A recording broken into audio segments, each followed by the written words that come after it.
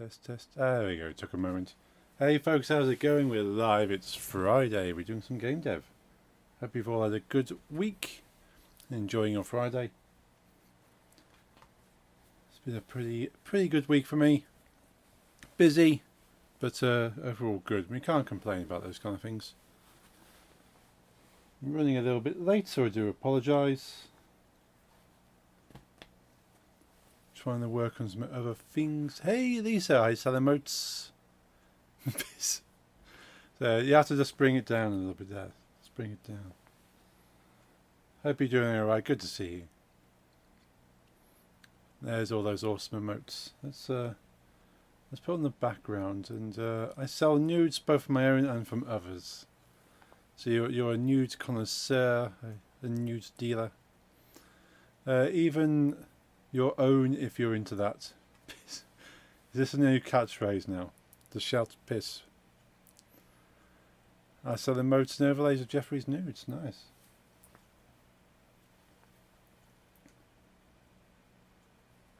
And that's it. Does it? I'm just looking at my alt account here, because I've still not turned off the profanity filter. So it's just got one comment that says star star star, both my own and from others. So the phrase I sell nudes is completely starred out.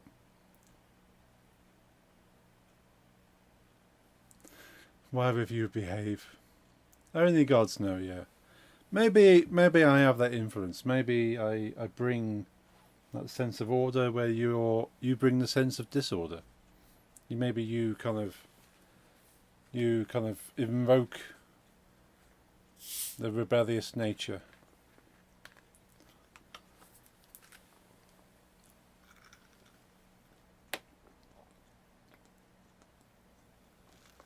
You bring out the dark side.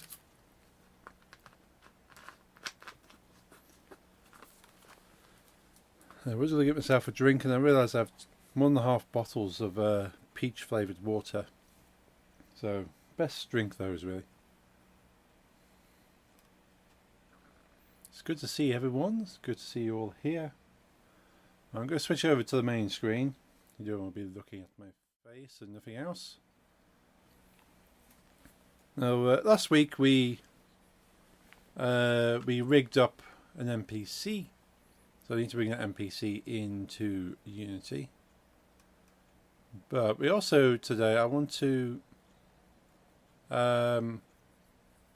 like at least the very least kind of show a sequence, even if the characters look a bit silly. Basically, have you ever seen kind of pre-footage of like CGI movies like Shrek and stuff like that?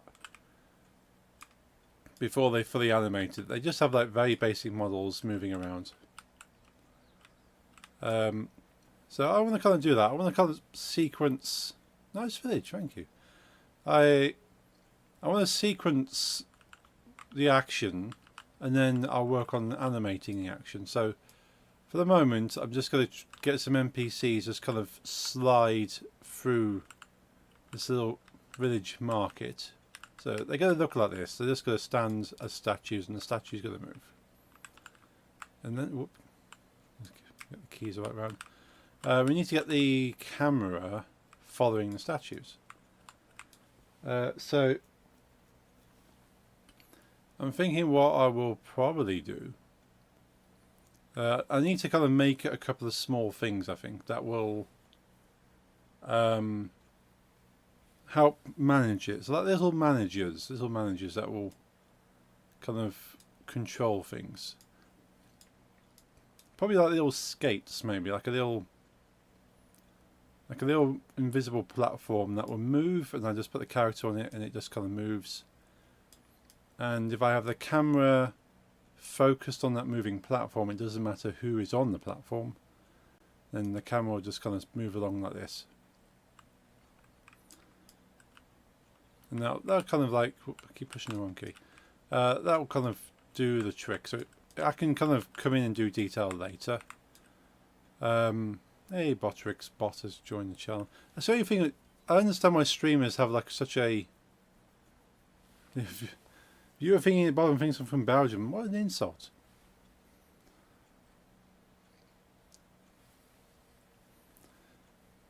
Yes, it must be routing your internet through Belgium, or it just thinks your IP address is Belgium. But I do notice my VPN is still... Ah, maybe you're routing through Belgium server, maybe. Ah, that explains it. That explains it all. It's close to us so fast. That's awesome, yeah. Makes sense to use a close server if possible. Well, I tend to use Denmark for my my VPN because again Denmark seems to be fairly fast as far as I'm aware in their internet. So I tend to go through Denmark. Belgium has no rules. It's like Albania or something, but Western Europe. Nice. Download all I want. Awesome. That's what you want. Yeah, I go through Denmark, so I know their internet infrastructure is supposed to be quite good. It's a little bit further away.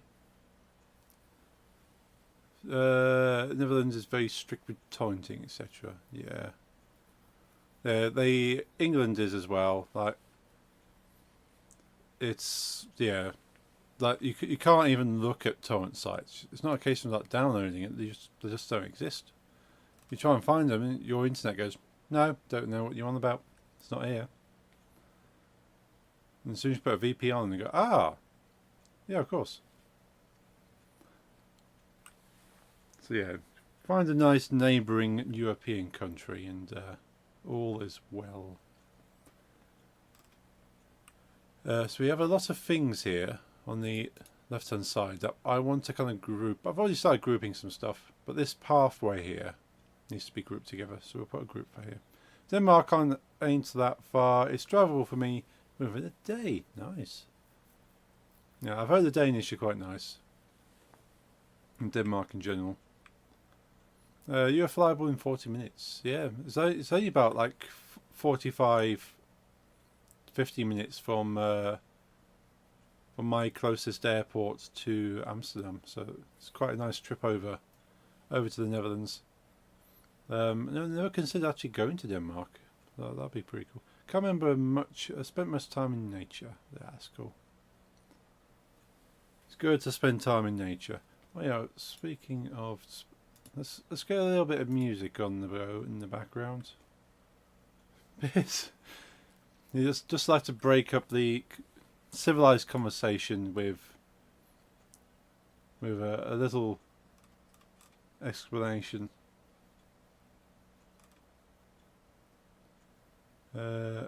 Evening vibes, music to help you relax. How about this?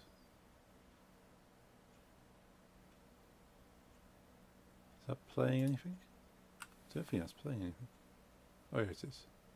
It's very, very quiet. Let's turn it up. Oh, I've learned a new technique for conversation. Technique unlocked. Most times I hate that. Why is that so quiet?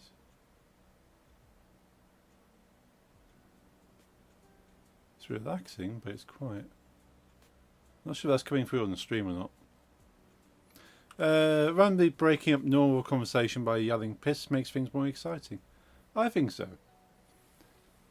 It kind of reminds you of your surroundings, keeps you alert, keeps you on your toes.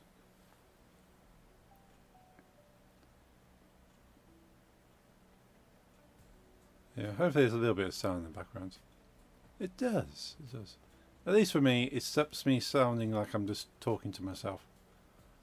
So I shall keep that on my background anyway. Restream is firing on the two cylinders that I'm letting it fire on.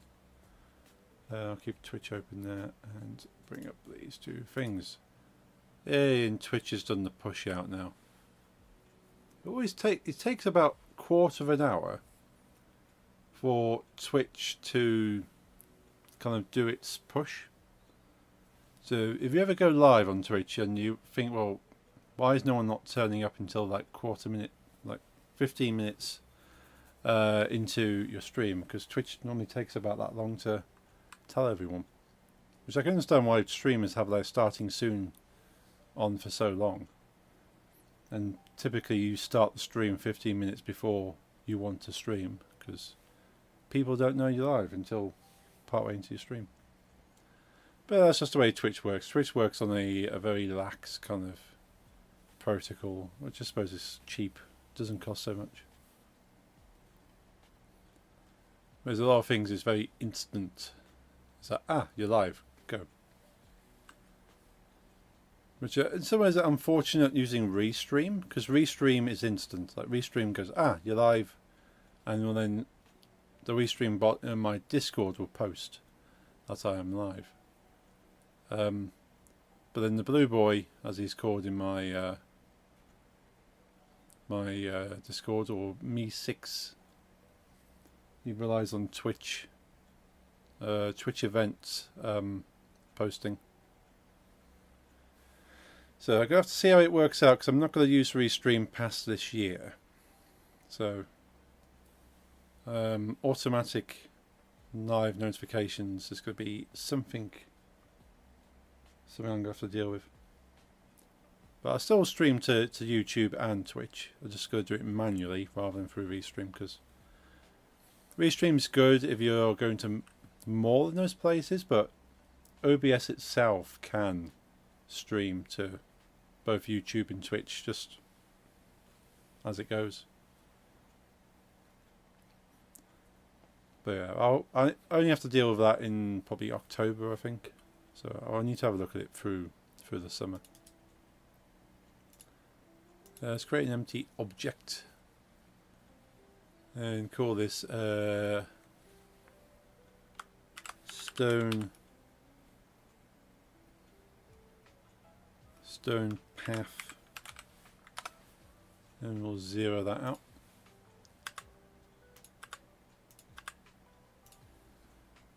And we're going to move it up here, then move all the stone path pieces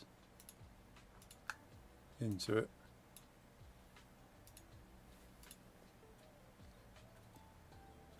And let's make another empty and call this for this case I think it's do I want to, I think it's not going to matter so much in this instance whether I group all the NPCs into their own thing.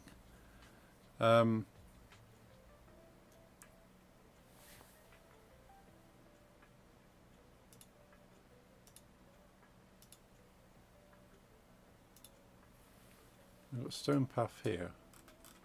Which stone path is that?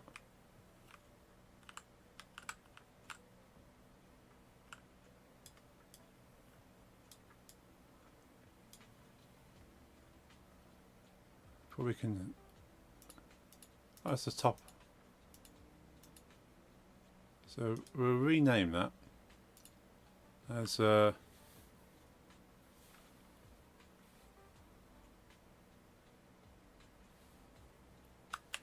Lower Street. It's got a name now. Lower Street. So yeah. Game object. Why have I got something that's just called game object?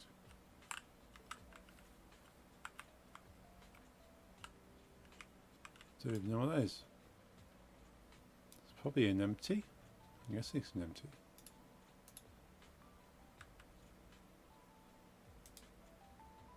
Delete that, don't need it.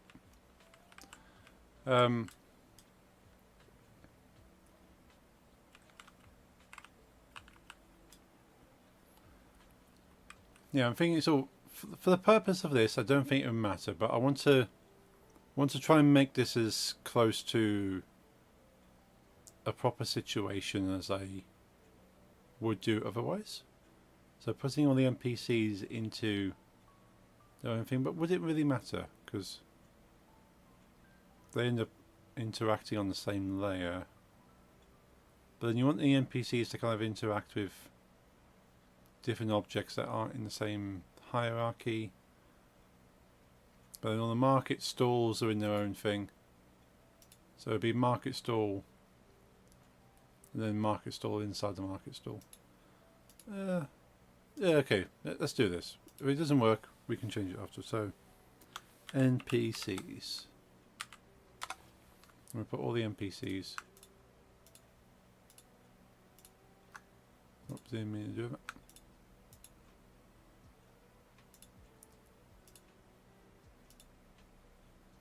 All the NPCs into an NPC folder, or parent as it is. No, so that kind of keeps it all together. NPCs, make that 000. Anything doing that, are they all going to suddenly shift when I do this? They have, haven't they?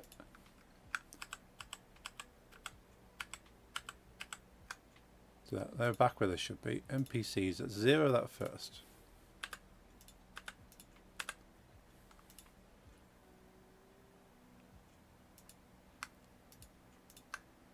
And then we move that into NPCs. Cool.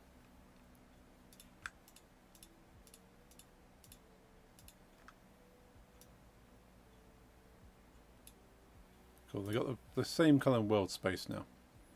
No. That well is just a well on the end. So I suppose I could make the well as part of the houses. Or part of the market stalls. Or maybe just make a new one called decorations. Yeah. We can add some more spice to this. Let's call this decor. And 0 that out as well. And we'll move the well into the decor. Okay, so that's now everything in its own kind of parent lineup. And I could probably put all the streets into its own street as well. And kind of hierarchy it that way. Doesn't really matter. There, for the NPC, let's move that down to the bottom so it's the last thing in the list. So I need to make a thing now. Like I say, an invisible platform, and that platform will move. So I go create, make it a 3D object.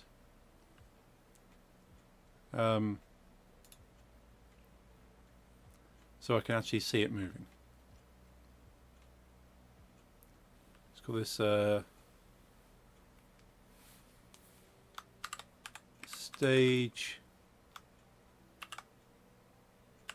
platform.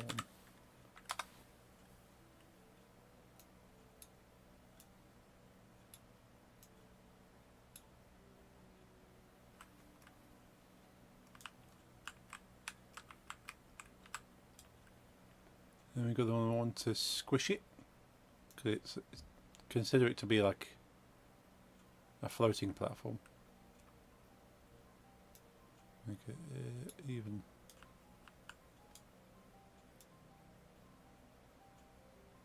So very thin.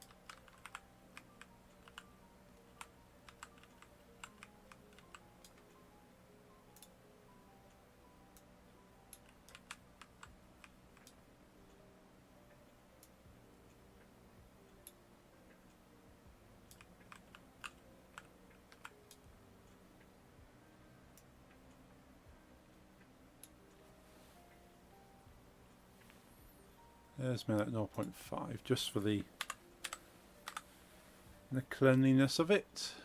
Make it nice and there's that roughly centre of the path. It is kind of roughly centre.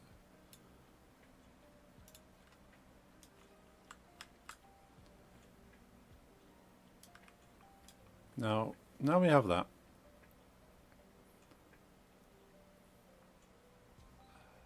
I'm thinking of making like a waypoint. If you know, like in some games like strategy games or games with commandable units, you can typically have waypoints. And so we can have waypoints in any kind of navigation thing, but a waypoint is like, well, here is a location that I want you to go to. So if I make a series of waypoints, and then make those waypoints a sequence, like a grouped sequence of like 1, 2, 3, 4, and then assign that waypoint group to the platform, then write some codes that makes the platform head towards waypoint 1 and then waypoint 2, then waypoint 3. And it should follow a set sequence.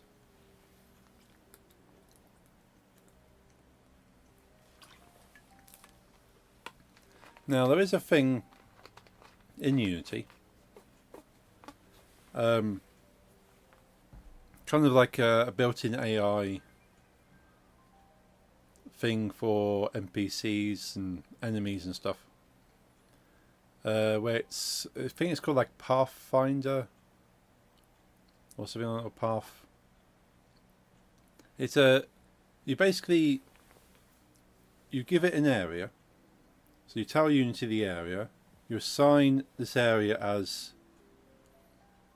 sort of movable space, like it's a valid space that something can move within.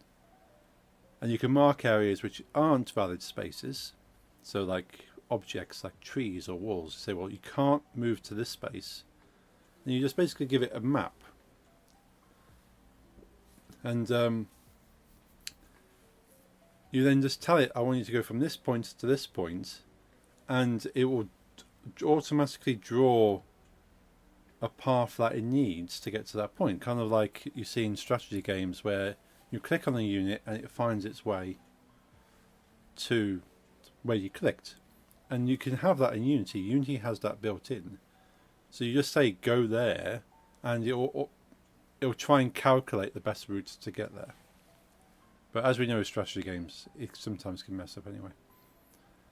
So I thought about Monday. If really no other option, I'm okay with Minecraft one more time, as long as we don't make it too standard like it was. Of course, yeah. No, I've thought about it, but not had a chance to talk to Nix about it. Should have a chat tonight, yeah, because Nix still hasn't been great for the past couple of days. So don't want to burden them with thinking too much. But I'll be speaking to Nix after the stream and seeing over the weekend,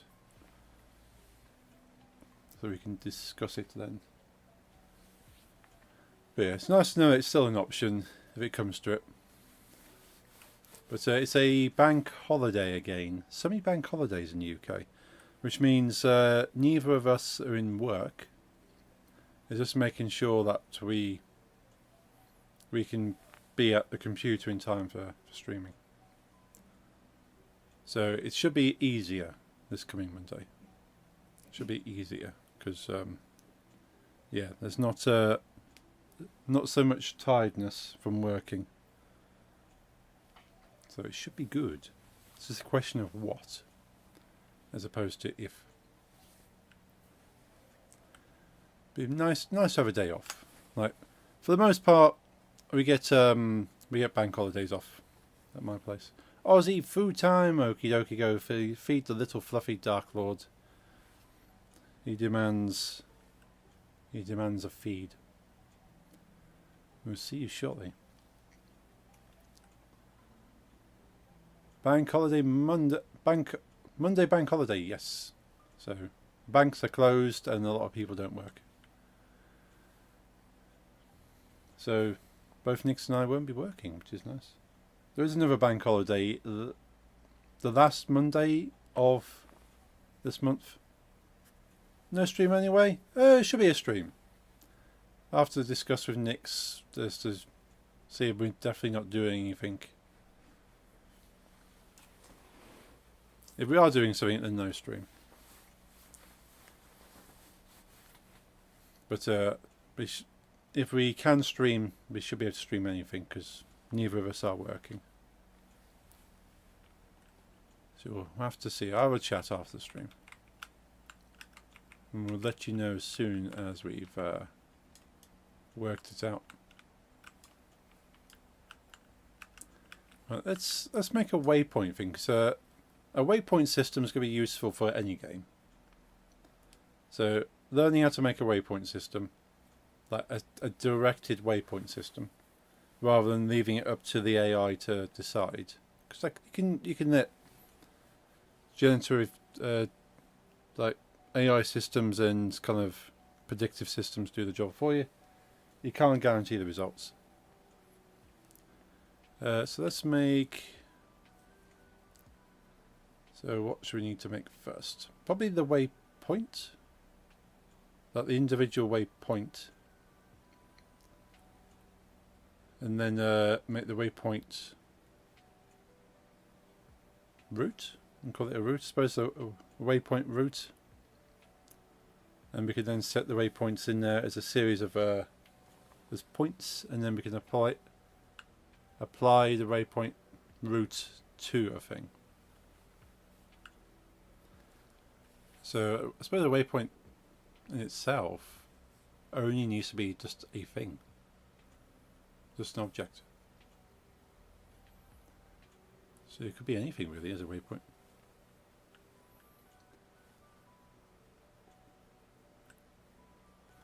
So I suppose really you just need an object.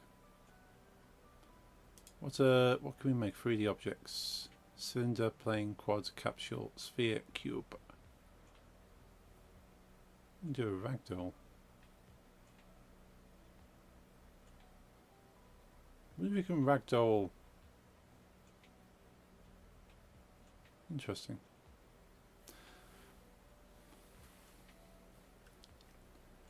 Capsule, sphere. So spheres become a sphere. Because we can a sphere kind of. And just give it a nice funky colour for us to know, and then we have to hide it so the player can't see it. Because I could make pumpkins waypoints, but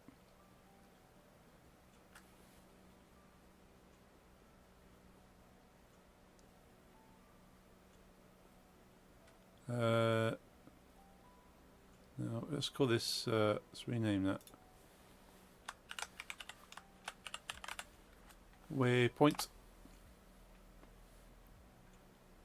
And I suppose that's the default size is sufficient really. Could do with a nice colour. Let's go to materials.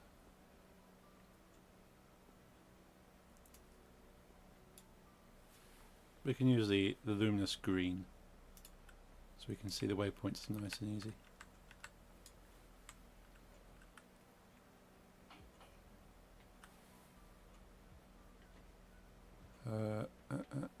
I suppose really the waypoint just needs to pull off that position.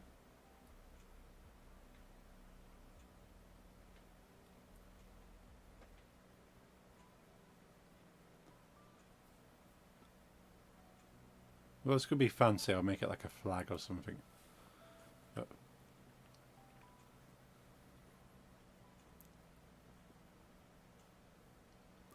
we take off the sphere collider because we definitely don't want colliders on there.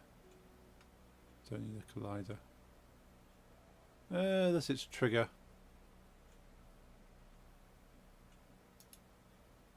Make it a trigger so when it goes in there, it kind of tells it that you've reached it. That could be quite useful.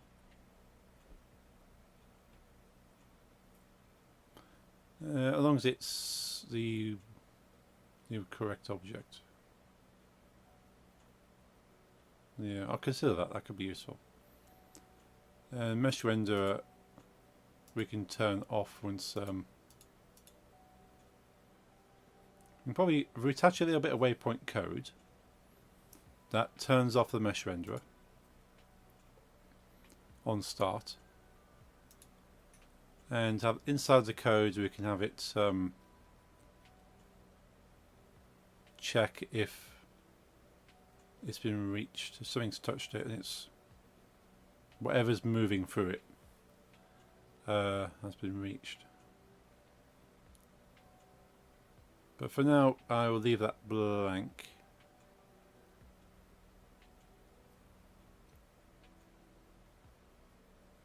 I suppose it needs to be given a number, doesn't it? So we could do with having some code in there. Let's make some code. Scripts. Let's create a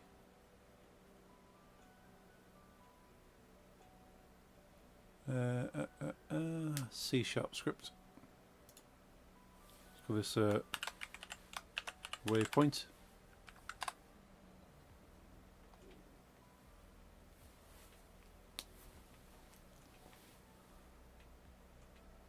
Wait for it to do its thing.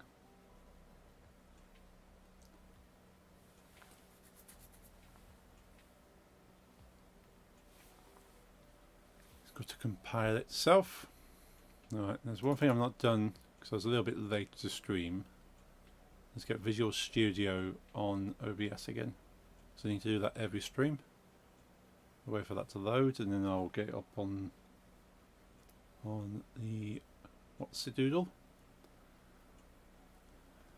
Okay, Photoshop Visual Studio, there it is.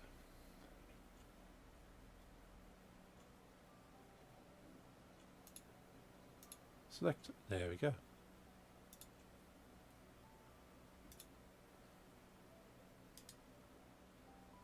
Just mute that and just have a little bit of audio on my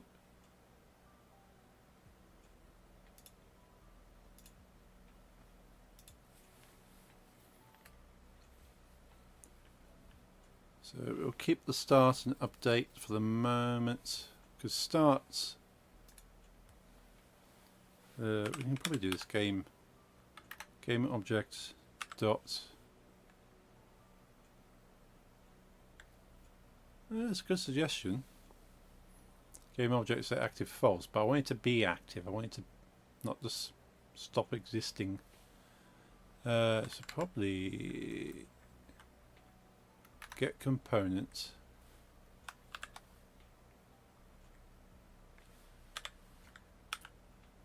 mesh renderer enabled false. Cool. It's good to have IntelliSense. They call it, Microsoft call it IntelliSense. Basically predictive text for coding. So when it starts up, basically turns the mesh off. Boom, done.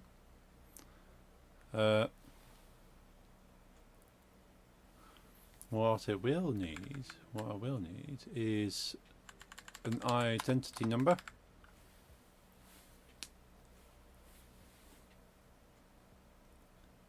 And this will now can I be smart about this? Because what I was thinking of doing is creating these waypoints as objects, then creating an object which is the root, and then assigning every single waypoint to the root, like dragging every single waypoint into the root. But I could be smart and label the waypoint with the root instead. So each waypoint has the root in it. Would it work that way? And you're just looking for the next waypoint with that root ID. So it becomes a number sequence that, okay, if I'm at waypoint 1 for root market, look for the next waypoint on the market route that is greater than 1.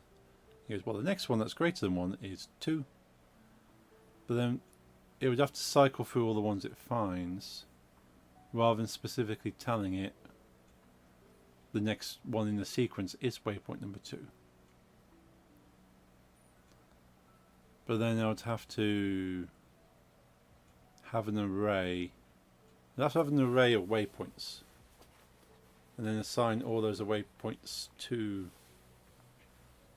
into the array. That feels like the better one, because I can then loop it onto the sequence and just keep looping that.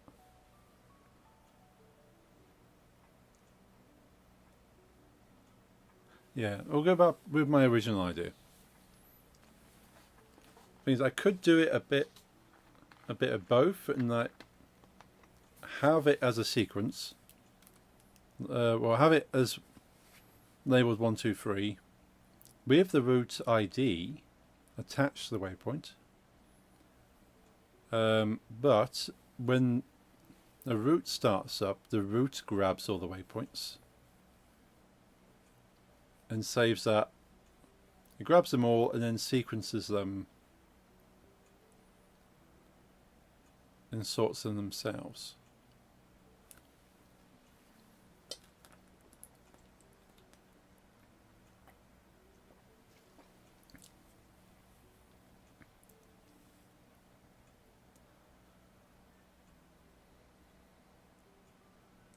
There's probably an easy way of doing this. There's usually an easy way of doing it.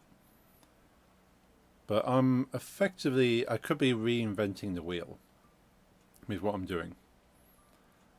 But sometimes it's good to understand how the wheel's put together. To go, well, is my wheel better for what I'm doing?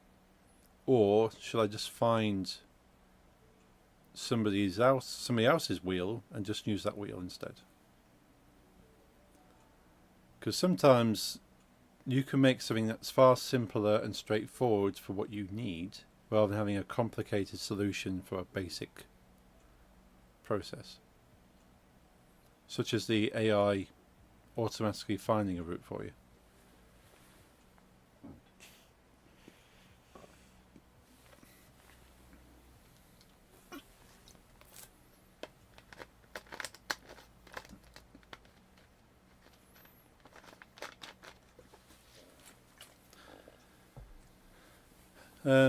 But let's start off with just giving this a number sequence. So this will be an int, and this will be a waypoint number.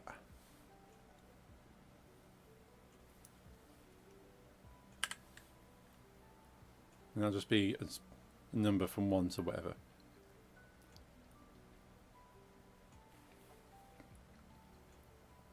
And I will put in the name of the route.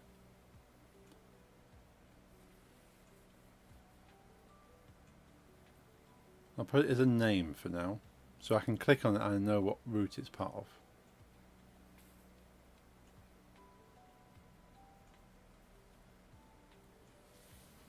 Then we can come back and change it if need be. Let's do that, because the more I think about it,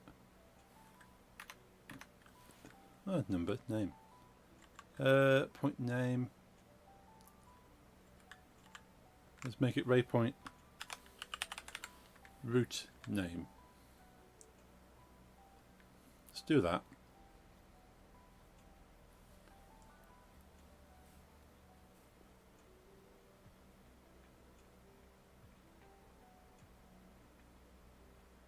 Now,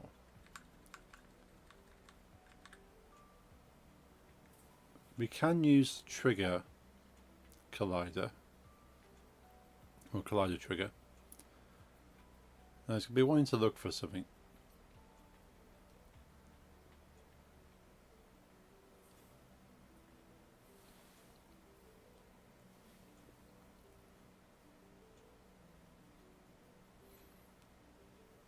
Suppose I can have a variable called waypoint reached. Let's go a boolean waypoint reached, and we'll set that as false as a default. We'll set this as a 0 as a default. And we'll set that as 0 length string as a default. So just as they have values. Now we want to set the waypoint reach to true once the, what would you call it? Need a universal name for a thing following the waypoint. You could call it a train. Typically, if you would make a train track, you'd do this. Because you have a series of waypoints that follow a train track. And you could technically embed the waypoints into a train track if it was a train. So technically, if you place track on the level, and as long as you number the track pieces, then they become waypoints. So this code I'm writing could be reused as a train system. However, it gets complicated when you get a loop, because you then have to determine whether it loops. So you'd have to put a property that says once you reach the final waypoint, look for the first waypoint, which will be in the waypoint route code rather than the actual waypoint.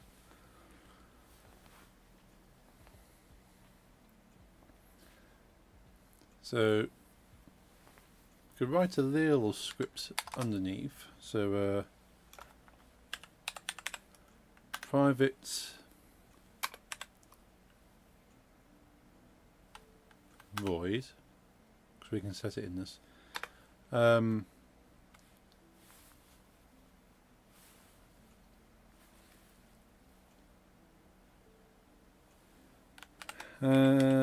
Check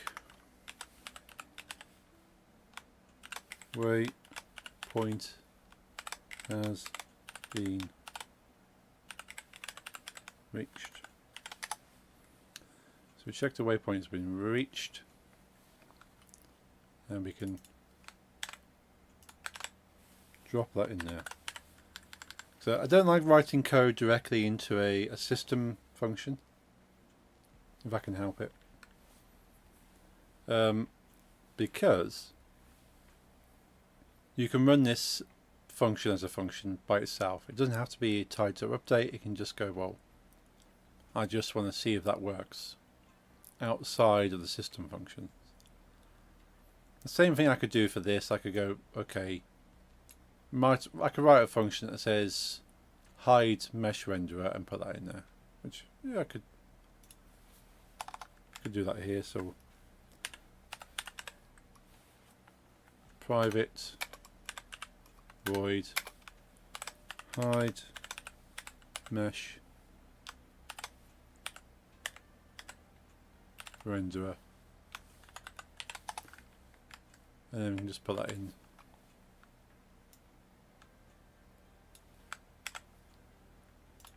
Put that in there and then grab that. So reading that, when it starts up, it hides mesh renderer. What does hide mesh renderer do? Mesh renderer. It goes game object get component mesh renderer dot enable to false. So that makes it more readable. You know what it's doing. But if you can read the code, you look at that and you know what it's doing anyway. But it just makes this section so much shorter, and you go, oh, it's doing that. So how do I check the waypoint has been reached? So I'm going to have to check the trigger. So the collider, I need to check the collider has been let's clear all these up. Don't need all these for the moment. I wonder if rocket launcher's got a collider. It has. On collision enter.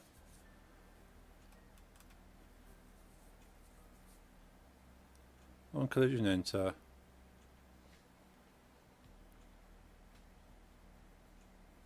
Hit something.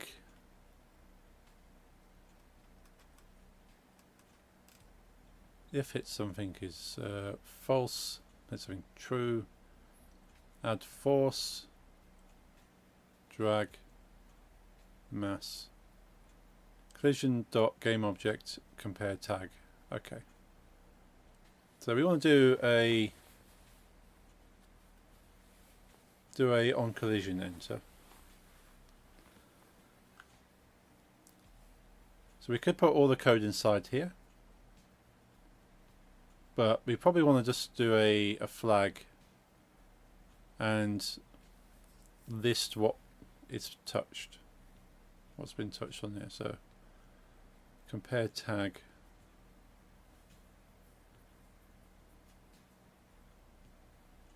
So I could probably grab all of that, drop it in here.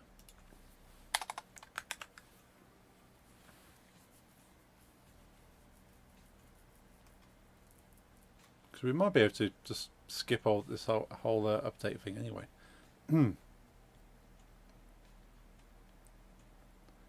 So that's just basically changing the force of something. That is just registering that we have hit something and not to do something again.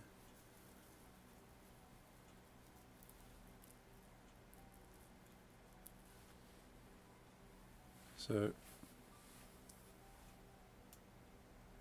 I will comment that out because that's a good thing to remember, that we can set flags that way.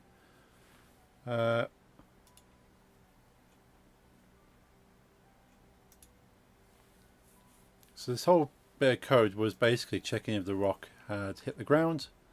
If so, make a note that it's hit the ground and then do something with that information. But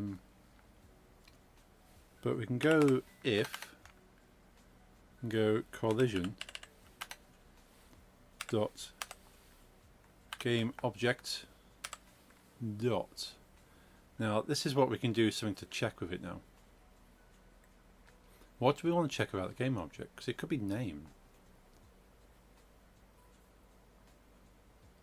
Or it could be a property.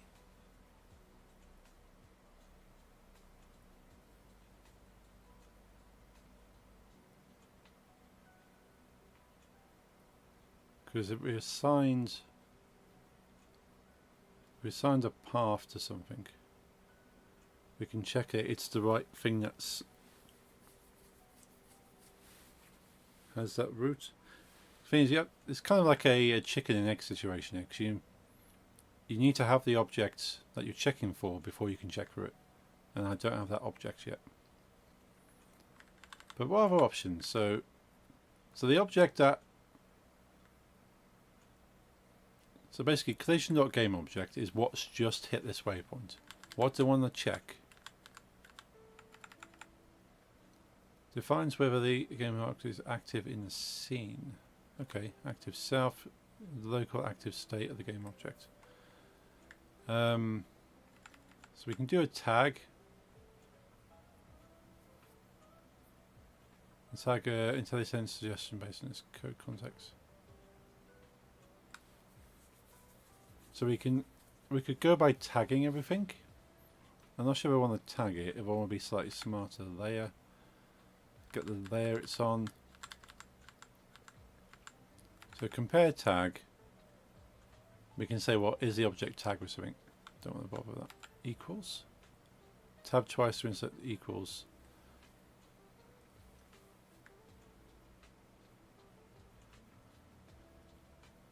So I could do equals, but then I would have to get the objects that I'm interacting with, and then go, is this the object that you're expecting? So do I want to do it that way? Do I want to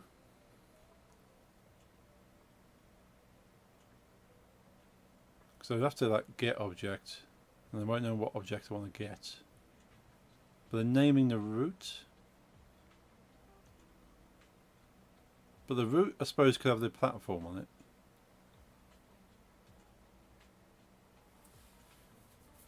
And then all the NPC is doing is following the route.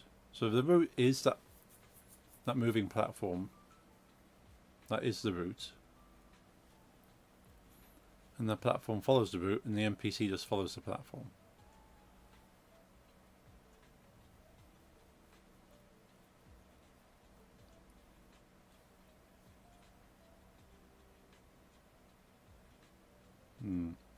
So this is why I want to do this on this game and not the next game, because I can work out the best way of doing what seems like a simple task, just making an NPC move through the scene.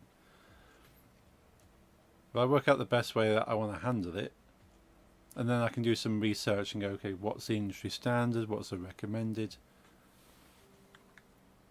But learning different ways we can achieve this task. Get components in children.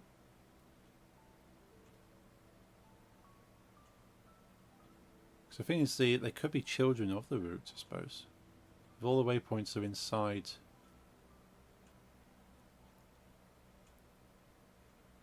Get component parents.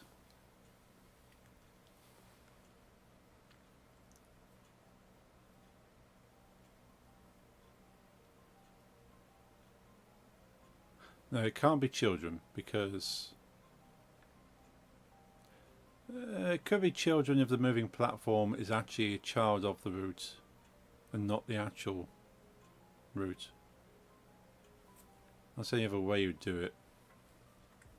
You'd have to see if what it's collided with is the same, shares the same parent. That'd be a way of doing it. Does what you've collided with share the same parents? In which case, it's done a thing. We had a big toad at our window. Ooh.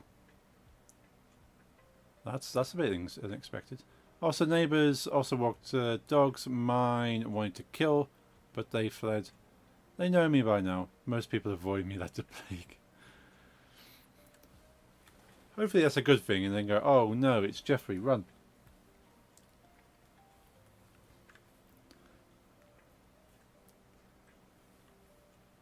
Be a reputation for the area, wouldn't it?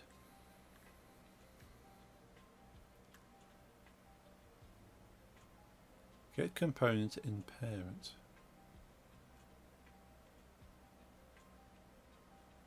Caught him and placed him in some bushes, hoping the younger dog won't notice catch him. Oh, hope so. Don't want a squished frog. Or mushed frog. Or any kind of frog that's not an alive, happy frog. He was a chunky, strong boy. Did he protest? The last time I came into contact with a frog, it screamed at me. It was not a happy frog. That's the first time I learned that frogs scream. Very unnerving.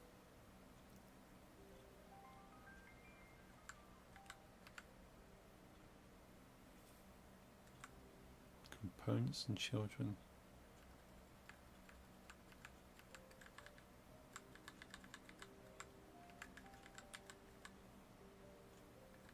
Can we get parents?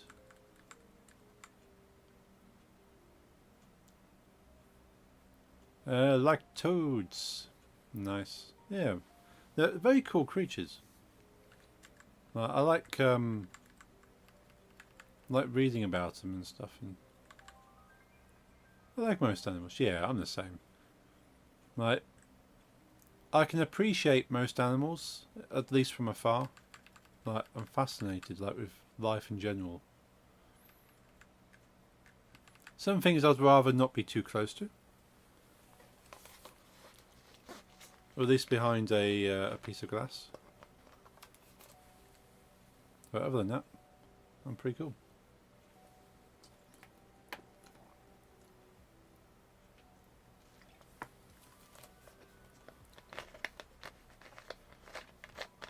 Object type, scene name. So we could go by name.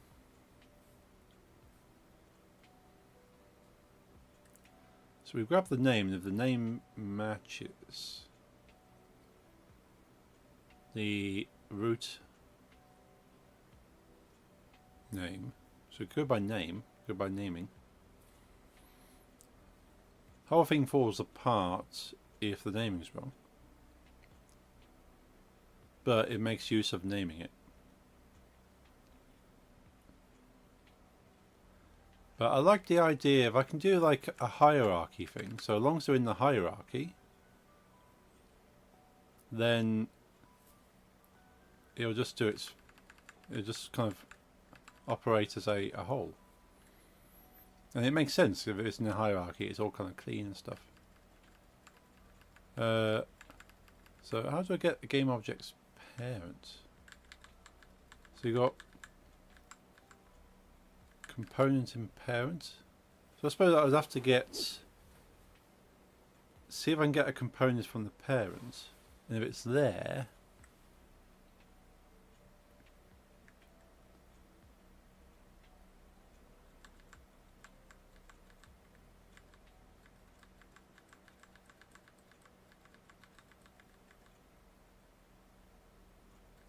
I'll set active recursively. That's quite useful. The thing is, I've realised that you can't see what I'm looking at on stream, which is annoying.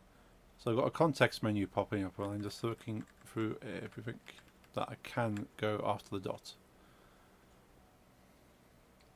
So the only way I can really get around this if I do a screen capture. But then the stream doesn't look so clean then.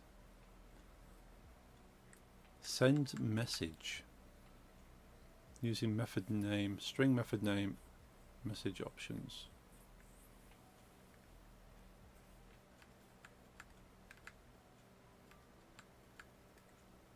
Hide flags. Should the object be hidden, saved and seen modifiable? Instance ID. I think the best option I can probably use if I want to use the hierarchy to organize this is get component in parent.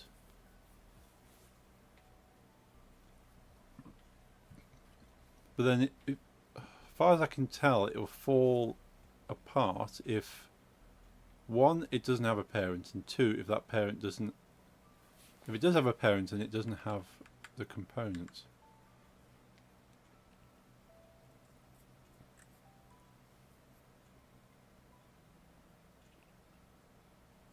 I suppose if it's got the same name. So if I do get components, I think that's about the easiest thing I can do, and then just have to name everything. So it gets component.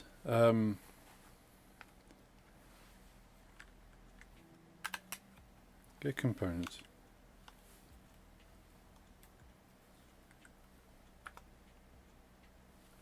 So get components. What is get component? Isn't it get component?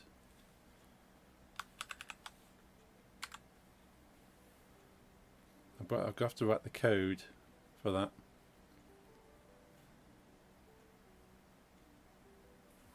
So rather than doing if at that point, I'm going to want to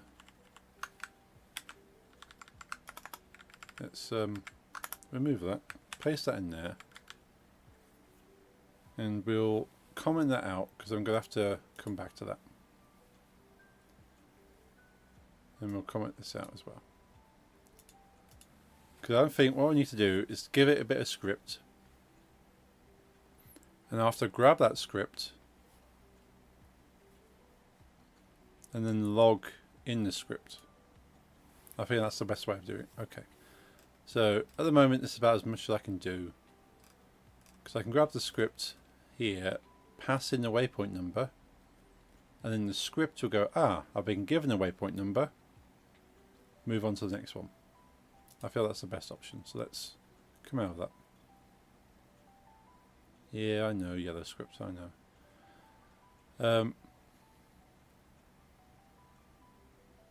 So we have a waypoint.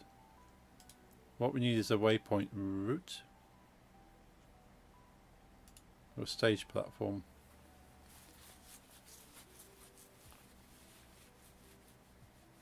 No, we don't want a box collide one there.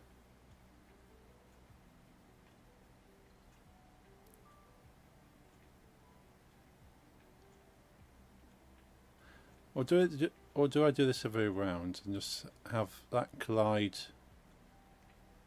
Go, did I collide with it, add it number, and do it that way? Am I thinking about this wrong way around? Could I just have a number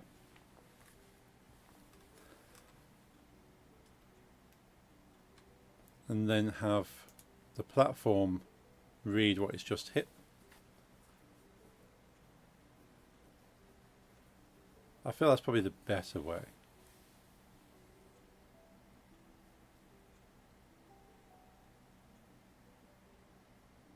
Rather than having the waypoints. So the waypoints become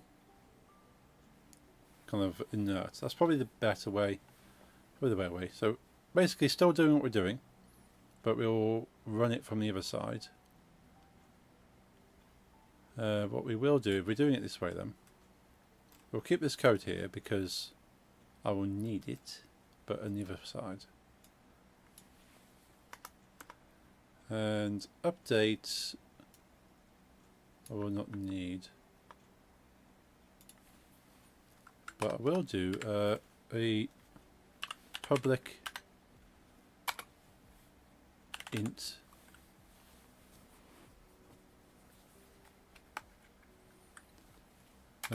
get waypoint number, return waypoint number. Cool, got a love IntelliSense. But I will like it to also make a note that waypoint reached is true.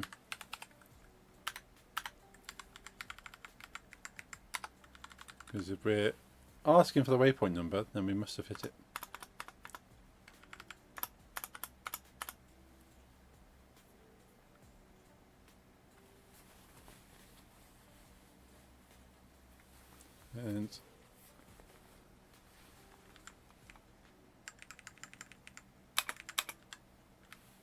And probably in the start here we'll go waypoint reached, not true, but we'll set it as false. So it guarantees at the start, no matter what it is, it's going to be false.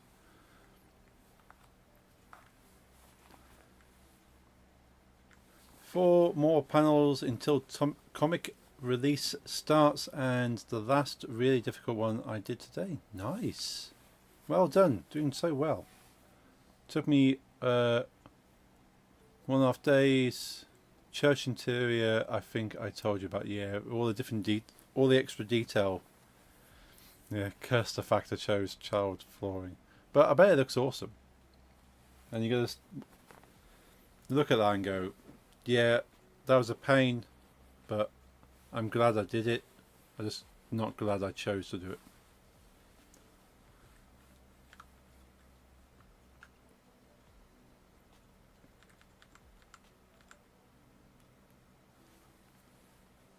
Right, I think this is probably the best way of doing this. So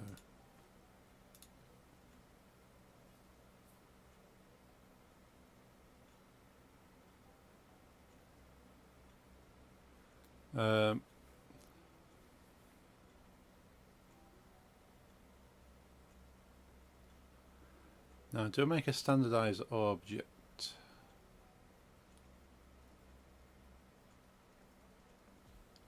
Stage platform.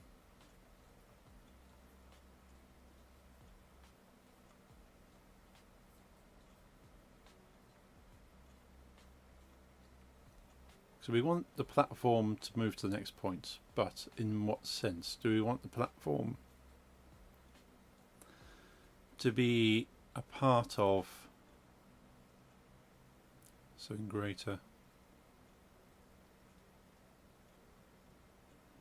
No, do we want an object which is the root, and that has the code? Piss.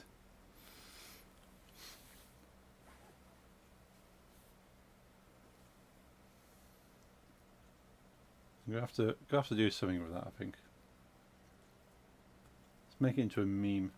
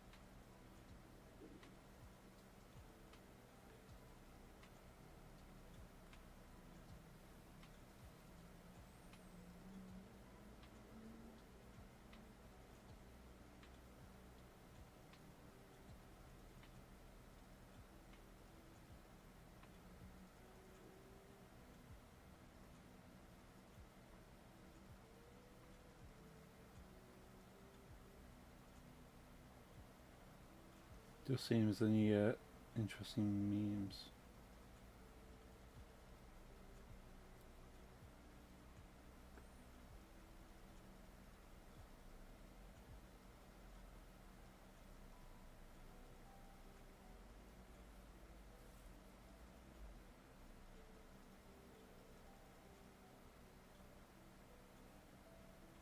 The only meme is about being in bed and needing to go to the bathroom.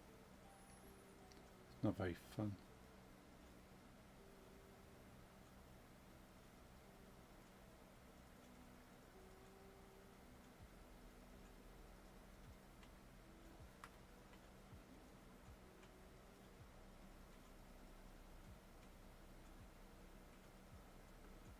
It depends how crude I want to get. There's a GIF there that could be quite funny. Yeah, something I'll look into.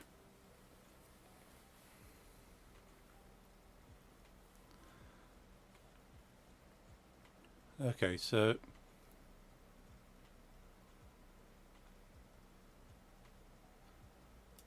let's make a, because it doesn't need to be an actual thing. So game object, call this a waypoint route.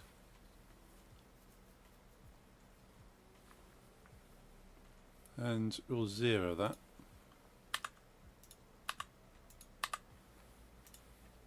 Now we can put the waypoint and the stage platform into the waypoint route.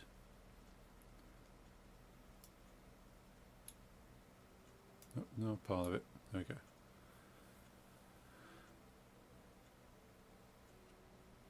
So we could put a bit of code inside the waypoint route and a little bit of code inside the stage platform. Now what would each code do? So the stage platform could keep checking for collisions. When collide, ask for the next waypoint. But it doesn't need to have the waypoints in there, I don't think. So the stage platform will just ask for the next waypoint and get the waypoint given to it. I think the waypoint route is what will give the stage platform the next waypoint. So the waypoint route knows where the waypoints are, or knows what waypoints it needs to look at, and the stage platform just asks for the next one.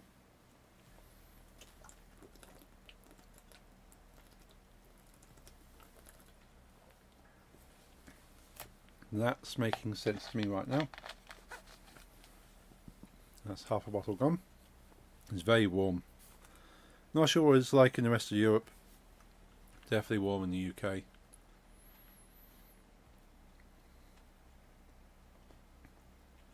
So let's make a, rather than call it stage platform, should we just call it, so call it stage because that's where it's standing. But I think something more,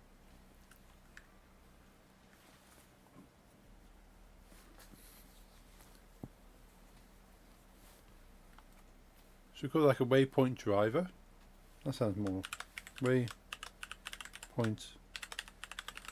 driver. Let's do that. We'll make a piece of script, C# script, which is waypoint driver, and the driver will be looking for collisions, which drivers should be, or looking out for collisions at the very least.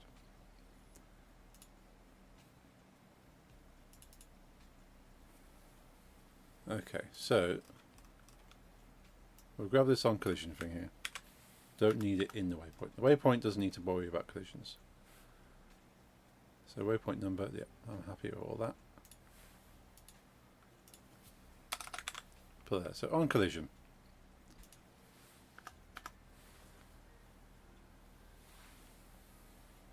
Let's put that space back in there. So when it collides,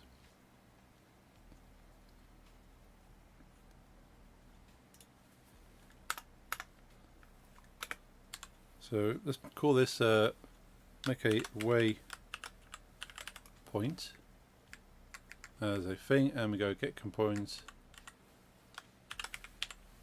waypoint. Does that need to have a bracket?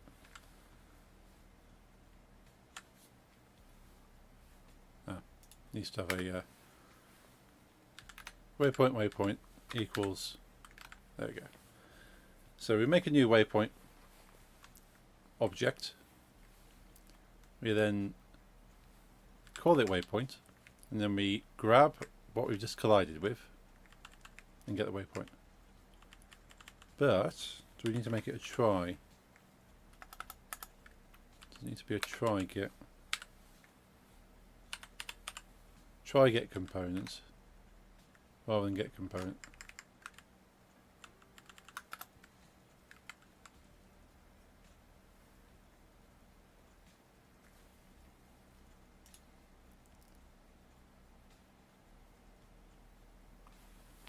That's a bool. Okay, out waypoint. Gotcha. Okay. So that's a boolean. So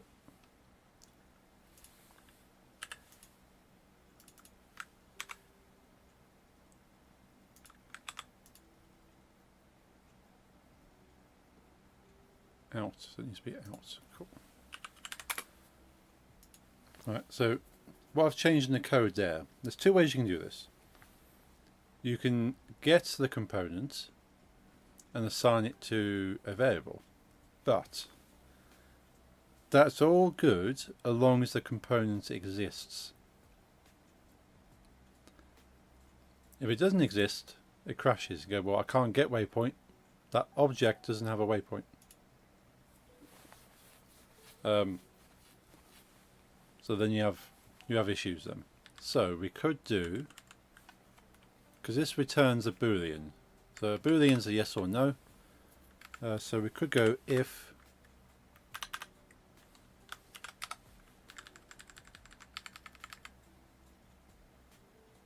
collider is collision, no, it can't be on collision and also be null at the same time, because that don't make sense. You can't collide with something when something is not a thing. It needs to be a thing to collide with it. There we go. So we've got an if now. So we're going, if I can get the waypoint from what I've just hit, get the waypoint and save it as waypoint. Now we can do something in the if here now. Like go, well, if we can get a waypoint, then awesome, let's continue. That means we can now do something, know that we should have a waypoint. So waypoint dot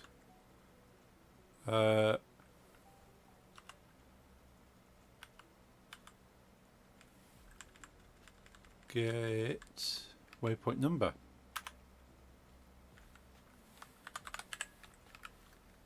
So in this case we want to do int waypoint number and make that 0. Waypoint number equals, that's capital waypoint. Waypoint number equals waypoint dot get waypoint number. Now I've read the word waypoint so often that doesn't make sense anymore, but there we go. So we'll get the waypoint number.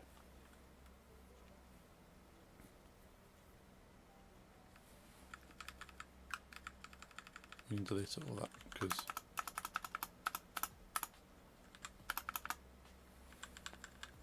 okay, we need to decide at this point. It needs to probably kind of pass it to the next feature. Let's clear these extra usings.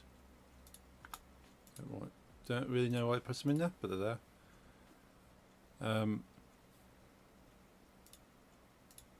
So we can get the number.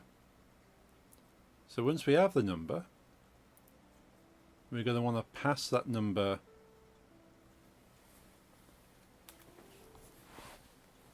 up to the root. And the route will go, awesome, you've got to waypoint X. Let's find Y.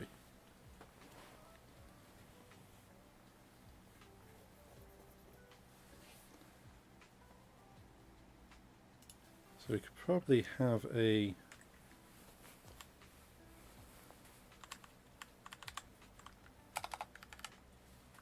so it could actually do with having a waypoint.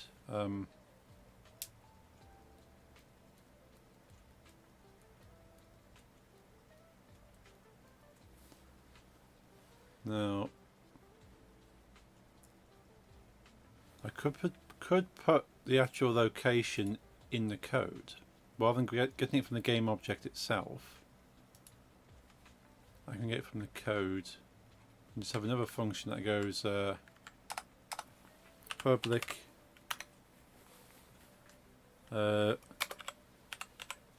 vector free get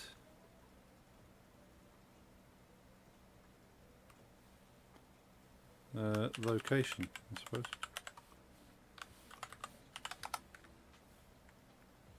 And go return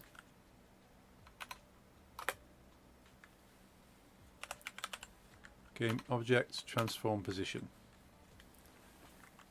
Oh, gotta love that. IntelliSense coming to the rescue again. So get location.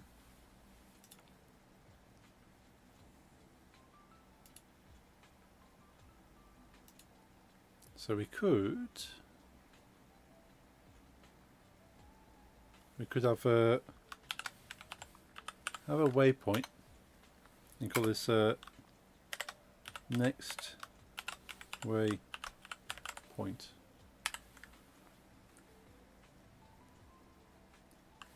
And this will just drop in the next waypoint.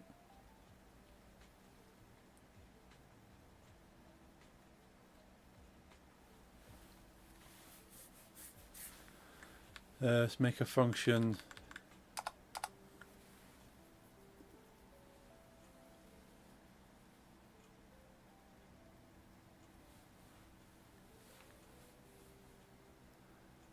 it's the next waypoint.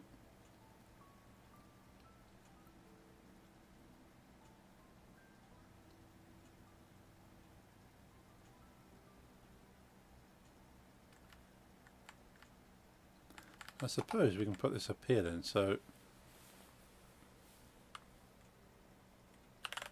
int current waypoint number and set as 0. So we've got current waypoint number, and rather than having this in here, we just set it there and take that out.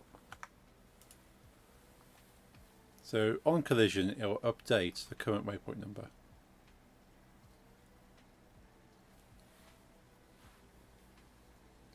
Okay. And we probably want to make sure that the current waypoint number is always set to 0.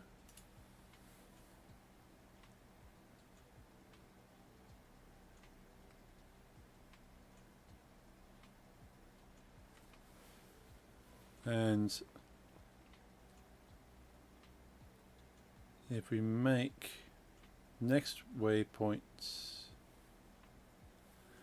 this becomes interesting now. Is it worth saving it as a vector free rather than a waypoint? We'll pass in the new vector free value.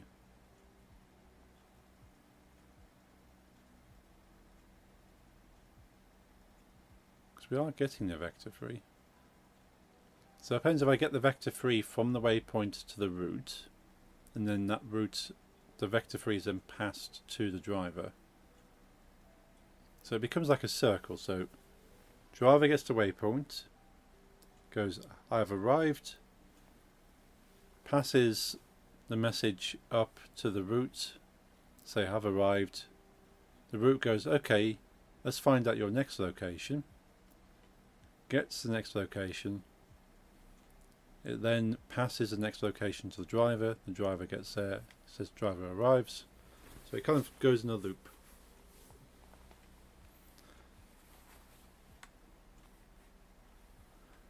I think that can work. So rather than next waypoint,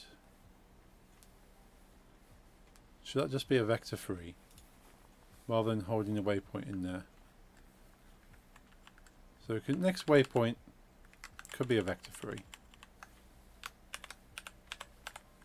Make it a vector 3 there. And to start with, and go next waypoint is transform dot position. So it basically says the next point it needs to get to is where it already is at the start.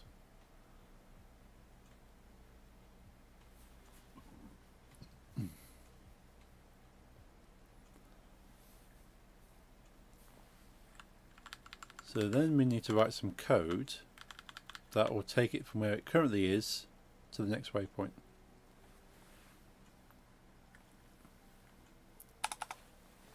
So let's call collision exit. Didn't realise that was a thing. So on collision enter, on collision exit. So it leaves that.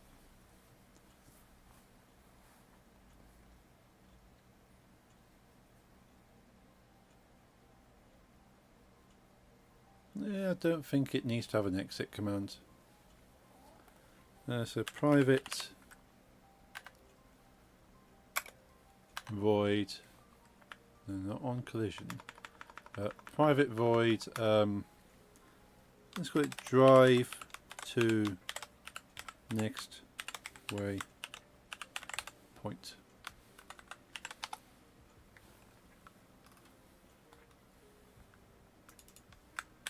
We can just put that in the update then. So on the update, drive to the next waypoint.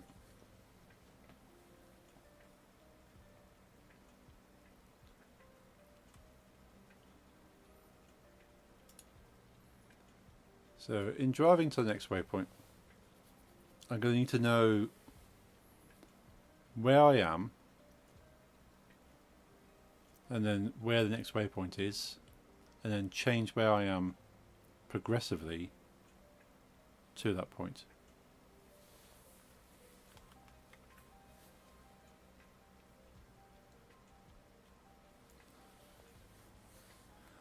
So I've done this with something else before.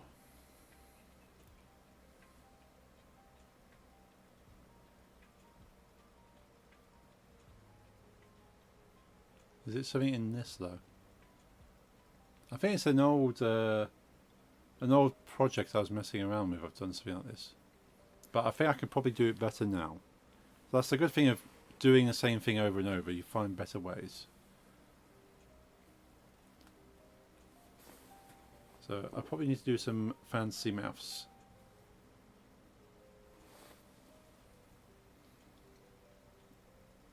Now realistically, I only want to go on the 2D plane. Unless I'm planning to fly. That's what I could do. If I write the code that it could be to do with flying as well, then I've got the option. I just don't set anything above where I currently am. Otherwise I just start lifting off the ground. So yeah, we'll treat it in 3 dimensions. And then I can use the same code somewhere else then. That's why I'm kind of making it fairly generic. Because having generic code means I can use it for multiple things.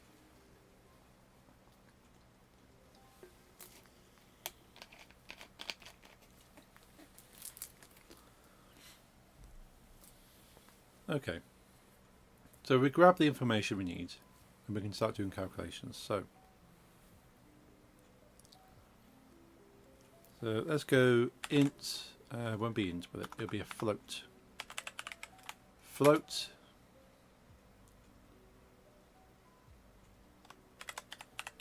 driver x equals 0. driver Y.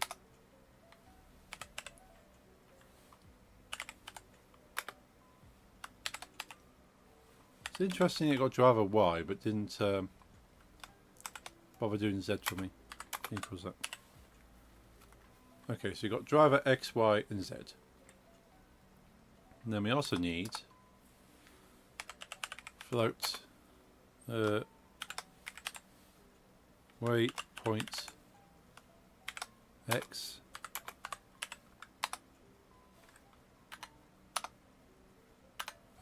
cool, I did it that time. So we've got driver XYZ, waypoint XYZ. So these are pre-set up. Now to populate these, we can go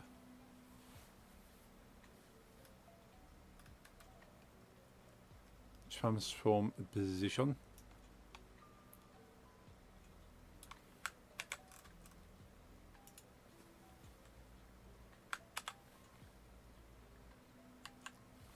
Dot X.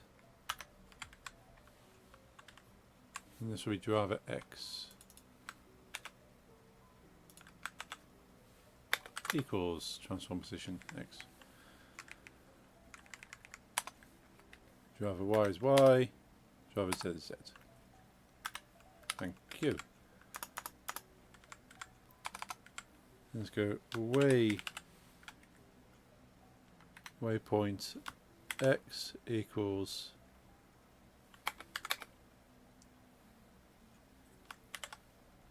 next waypoint X,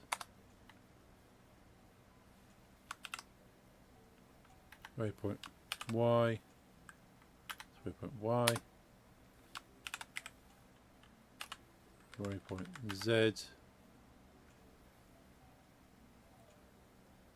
Now that's an interesting suggestion. Waypoint Z equals next waypoint Z but minus driver X.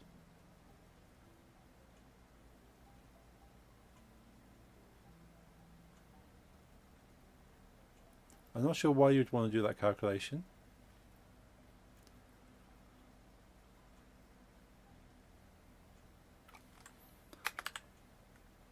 But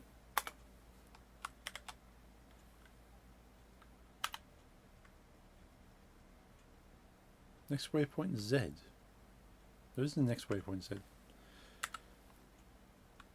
Y plus what? It's coming up with some weird suggestions here. It's trying to, I'm not sure if it's trying to work out what I'm doing. But I can obviously just use these numbers straight off, but I've calculated these. Now I could simplify this even further, as this will probably tell me here.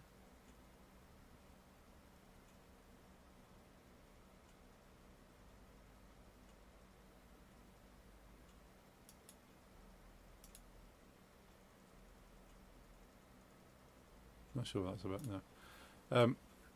So rather than setting it here, I could just set it straight up here. Just do that.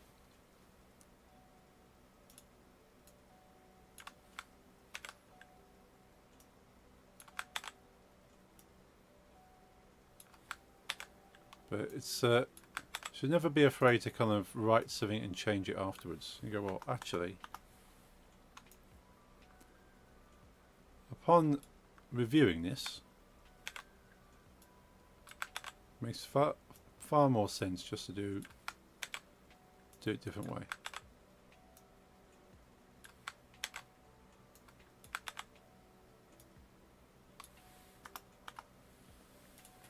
So we can actually declare the variable name and then give it a value straight away.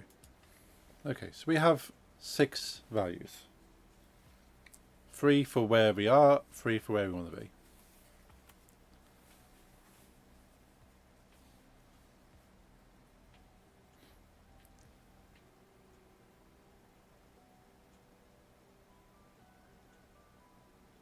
Now, what I discovered when I first did something like this, an earlier test, is that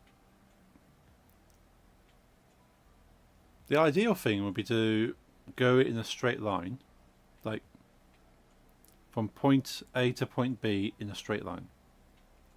That would seem the most logical sense, but it's how you calculate that. How do you calculate a straight line between 2 points in space and move periodically towards that?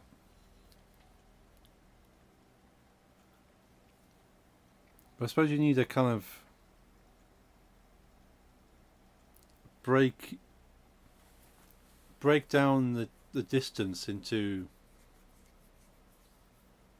so many sections. Because what I did in the previous project was keep adding 1 or keep adding 0.5 if we're progressing in a positive direction. Keep adding a number to my current number until I reach the number of that position x, y, z. So if the waypoint x is 10 and the driver x is 0, I can go keep adding 1 until that equals 10. So it goes from 1, 2, 3, 4, 5, 6, 7, 8, 9, 10. And it will keep moving x until it reaches 10. And I can do the same for y, same for z. But what happens if y is 20? X and y will reach 10 at the same time, but y needs to get to 20.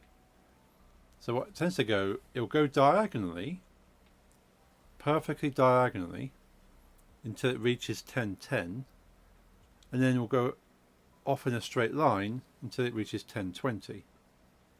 So it will kind of angle and then just move, which is kind of robotic. Rather than going straight from A to B, it'll go in a diagonal until it hits the maximum of one of the directions, and then it'll just carry on in the other direction. And that feels a little bit, yeah, it's not heading directly for it. So this is where looking up a smooth kind of excuse me, a smooth kind of increment. But I suppose I need to look at dividing the difference. So look at the difference between the two x's, difference between the two y's, difference between the two z's, and divide each by the same number. And that's how much it moves by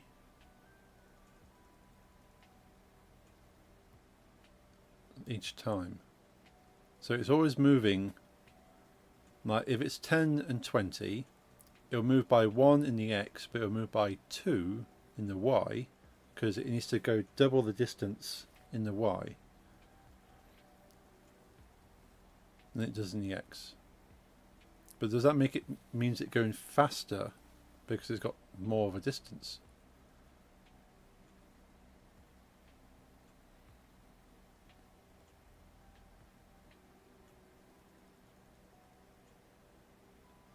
I suppose it should really halve it. Like the furthest distance should be by 1. Like to get to 20, because 20 is twice the distance, it should be still incrementing by 1. But because x is a shorter distance, that should be 0.5. So it's still progressing by 1, but it's only moving to the x by half the amount each time.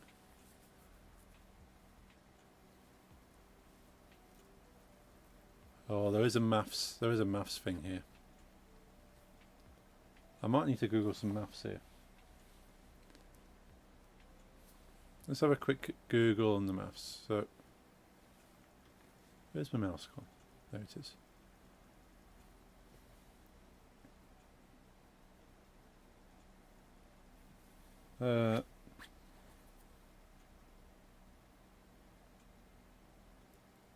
But then I'd have to work out which is the longest distance.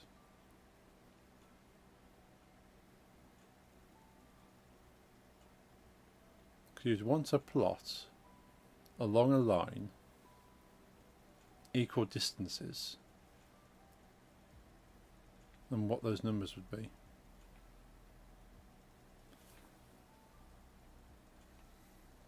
let's do a quick Google, see if there's a simple answer. So Unity move object to position smoothly.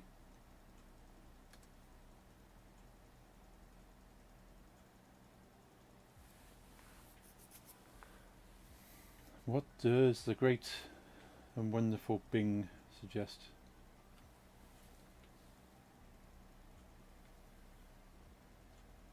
What's that?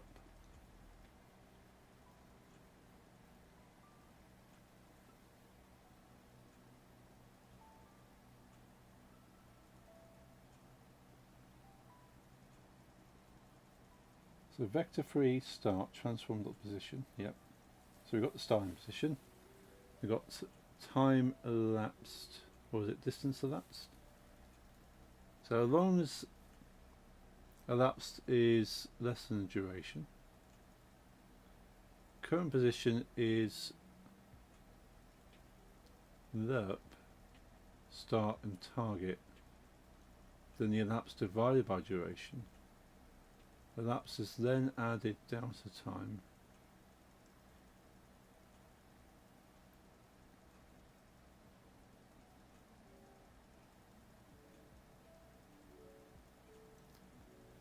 Just speed.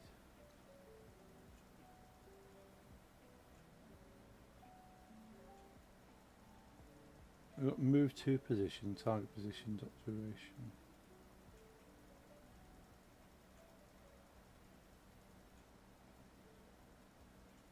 Okay, so we could probably just copy what's already there. We'll do that. We can still kind of do what I'm doing here, but we can probably just, because it's taking that and it's taking that, rather than breaking it down. The only thing, it's not fully understanding what it's doing, and just copy pasting code doesn't really help me.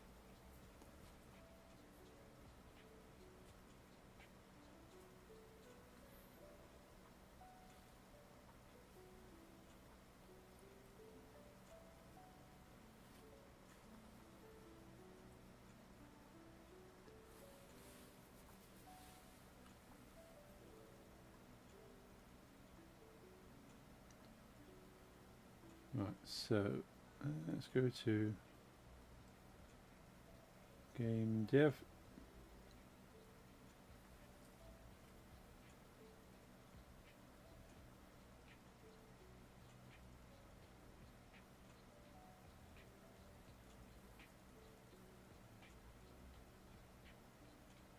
There's quite a bit of code.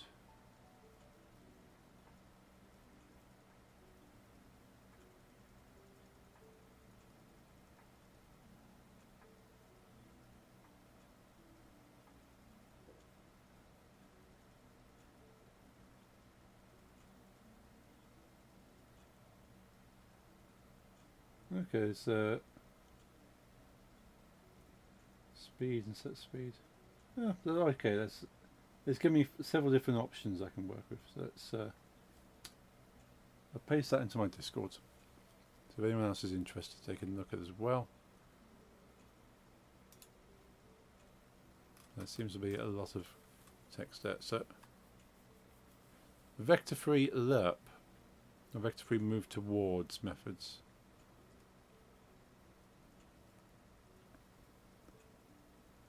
So your target position, float speed. So on update, just drive to position. Let's comment that out, because we can replace that with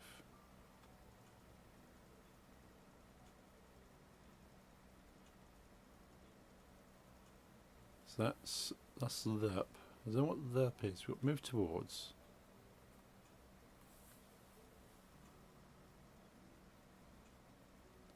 It's using vector-free move towards. So let's put that into the top here.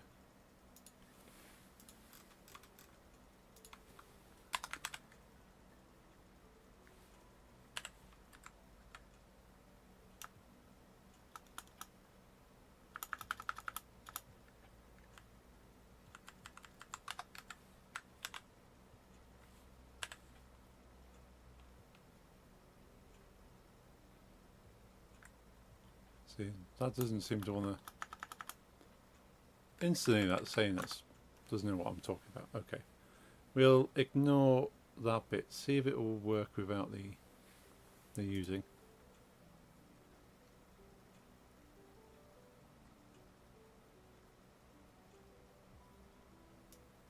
So basically, all it's saying is this bit of code here. So transform position is where we are. So next waypoint is actually target.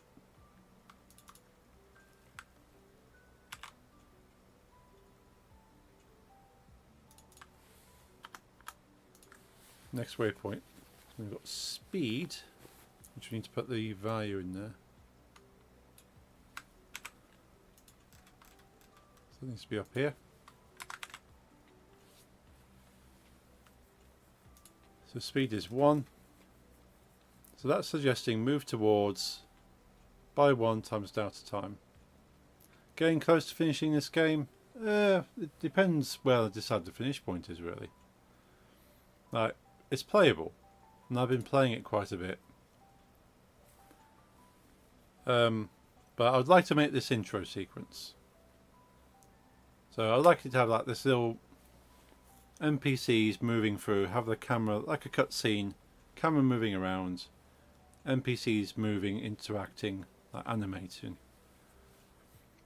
And then if I don't get any feedback about how the game plays, then I'll just make some more levels, and then that's effectively what the game is. But I think the game plays quite well. I'm not sure if it just needs tweaking or not. At this point I'm just doing testing for my next game in this game. Like, if I learn how to make animations and make NPCs move, then that's a feature I can use for every game. So that's kind of where I am at the moment. It's just trying to make features that will be useful for other games. But this makes sense to me, like move towards. So change where this driver is by moving it towards the next waypoint based on where it currently is at a speed of 1 times delta time. Now delta time is based on frame rates and stuff. So that means it doesn't skip around too much. So I can actually delete that, because that's probably a bit too easy otherwise.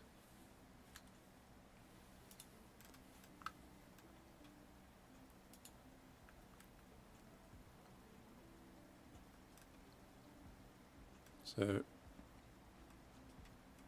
the next waypoint is current position. If that doesn't change, I suppose I can put an if in here.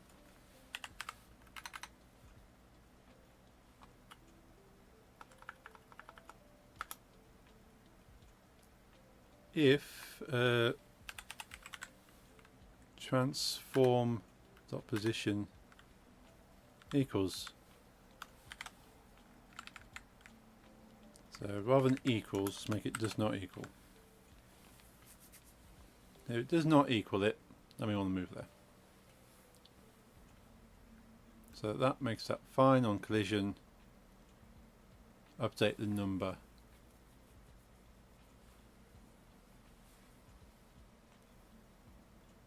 And then the driver, it'll just keep an eye on the driver. And go, I've currently got a waypoint. He goes, got there, let's give you the next one.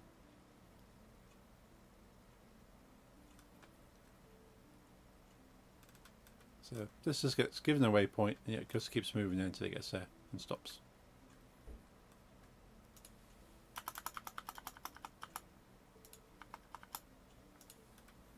So I think that's happy with that. This doesn't need anything else.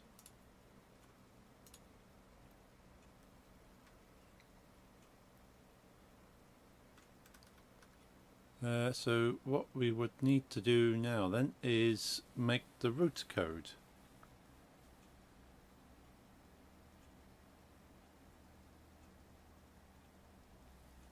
Because I'm happy that I understand this piece of code here. Now, I've never used move towards before, but it calculates the position between the points specified by the current and the target, moving no farther than the distance specified by max distance delta, which is that one there. So that's exactly what I was trying to work out how to do, but there's a function called move towards that's built into Unity. So I'm happy with that. Okay.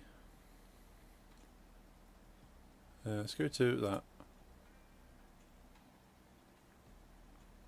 that. We've not actually dragged waypoint code into waypoint.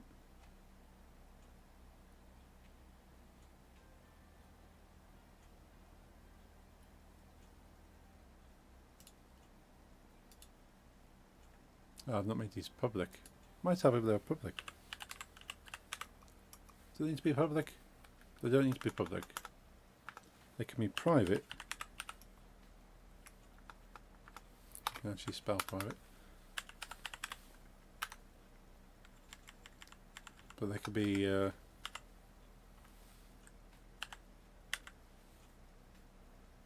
what they called serialized. So if I serialize them, then I can see them. But nothing else can get to them.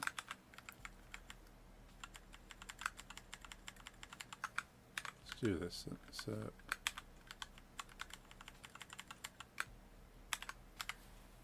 Because nothing needs to change them, only the code itself.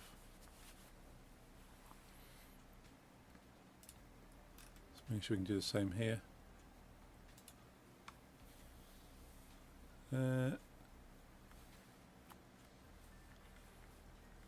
Now, how's it going to do next waypoint? Do I want to do it for a function?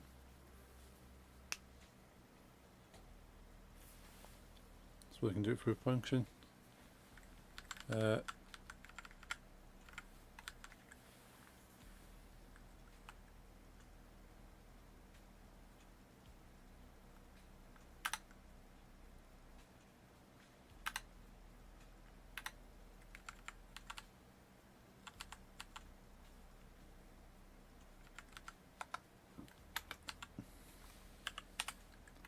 Private and then make it serialized as well.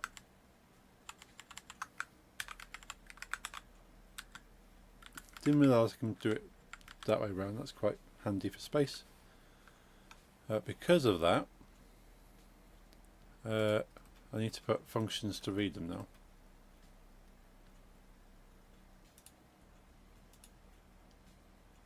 So we need a public int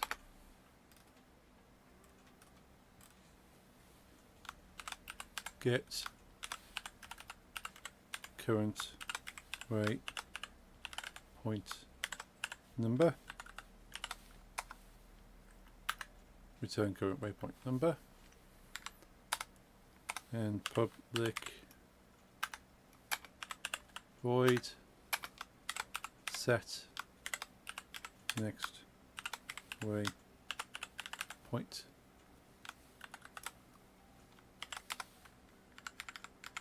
And make that a vector free.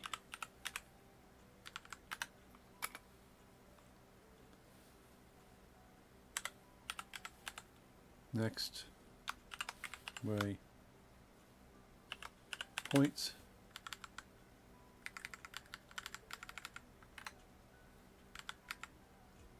And go next waypoint equals next waypoint.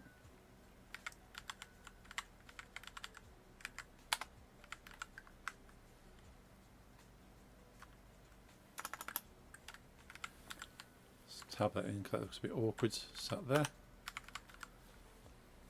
So we've got a get and we've got a set. That means nothing can read those directly.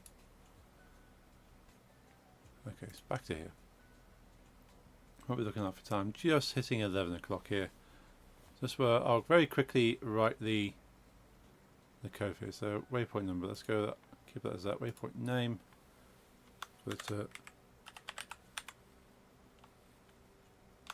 market walk. At the moment the name doesn't really do much, but I might use it at some point. So waypoint driver, drag that code into there. So we've got next waypoint, XYZ, current waypoint number, speed is 1. So we now need a waypoint route code.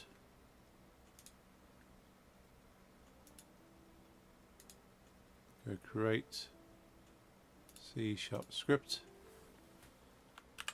waypoint route.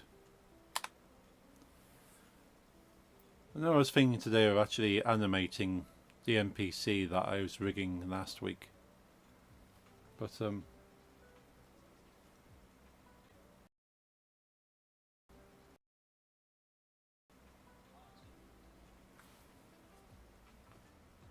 I hearing? Nice.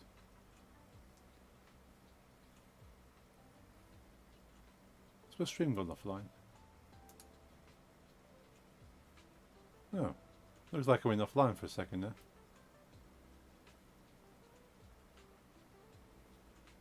Did anyone lose the stream for a moment? Yeah, back. Cool. Yeah, just everything seemed to go offline for a moment there.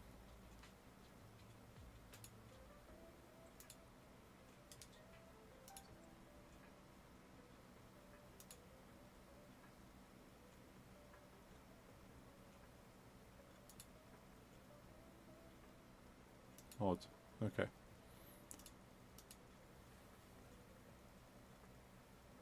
Not sure where that sound would have been coming from. Unless it's on the music I'm listening to.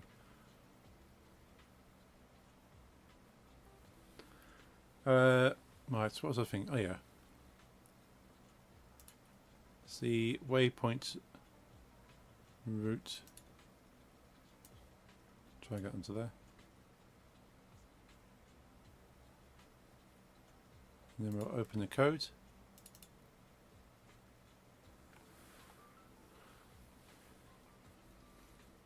So this, I'm going to want to have a waypoint driver.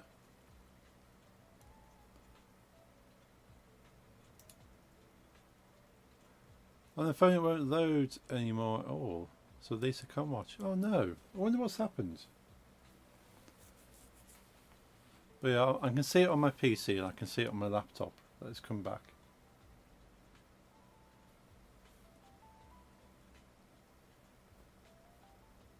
So I wonder what's happened there. Might need a refresh.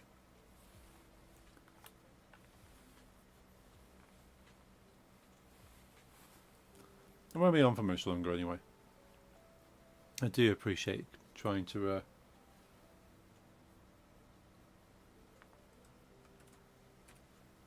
type that in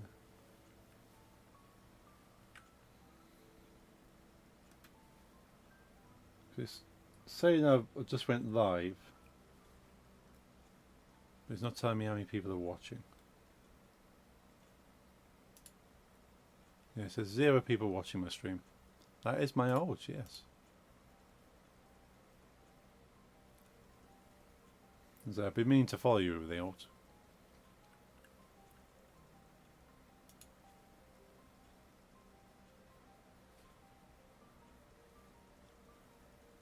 So we need the cool.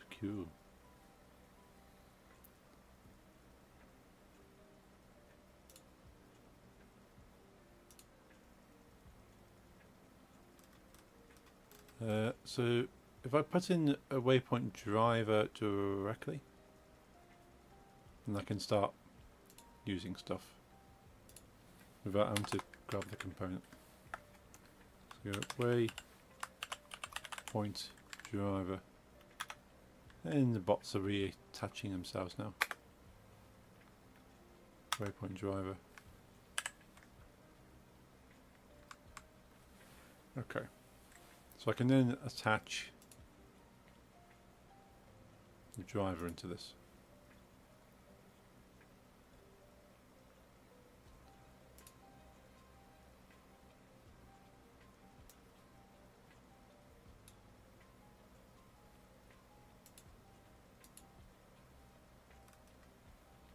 Will it not let me do that? So we'll have to do it as a okay. We'll have to do it as a game object.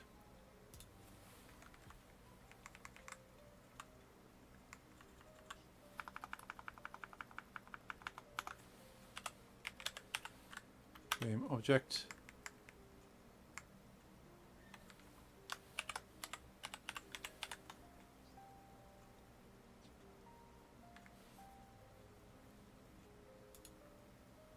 Is that?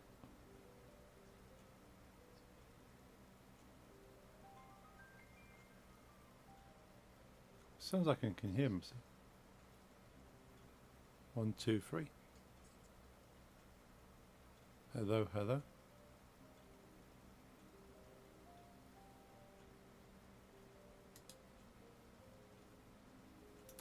Odd.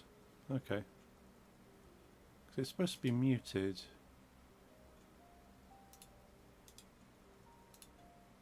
Let's mute it again. Make sure that's muted. Unmute. Mute. Weird. Okay.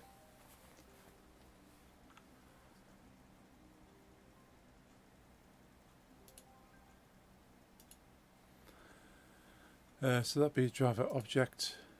And then after I go waypoint driver as waypoint driver.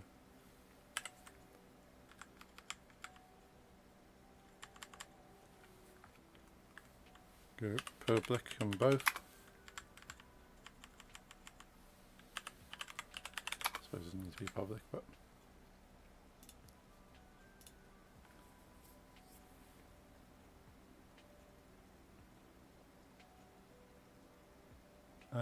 maybe. Yeah, nice for that to catch up. Don't actually need that as a game object then. I just didn't make it public. And rather than make it public, I can make it private and make it serialized.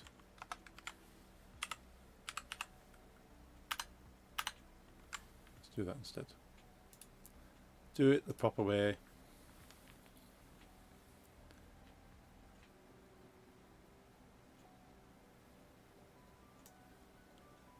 There we go.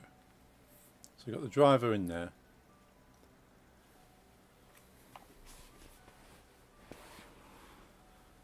Now the question really is now, how do I get the waypoints in there?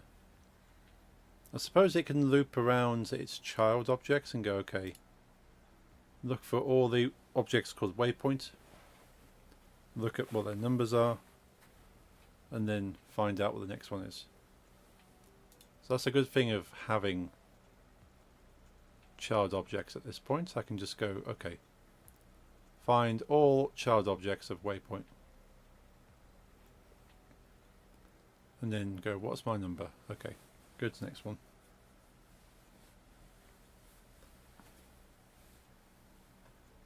So suppose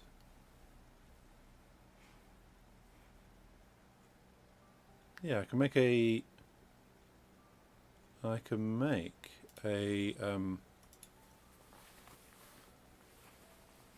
array of waypoints.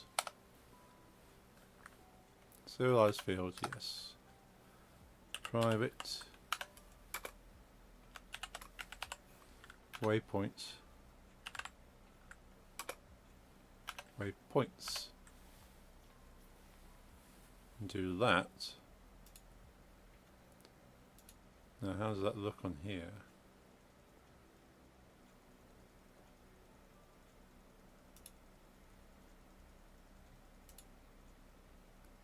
I could probably manually add them, or I can just get it to do it in the code, which if I can do it in the code, it saves me having to do all the hassle.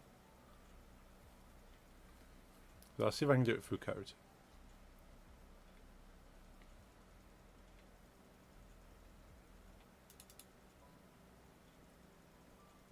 It's never used. Waypoint reached, waypoint reached. I suppose it's never read off, is it? That's what it's not happy about.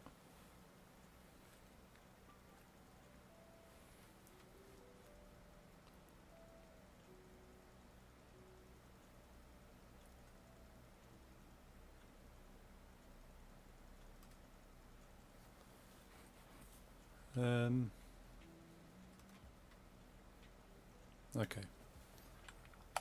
Let's keep it happy by making one of these. So public boolean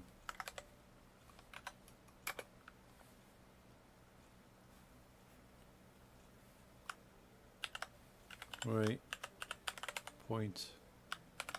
has been reached. Okay. Now it's happy because it reads it.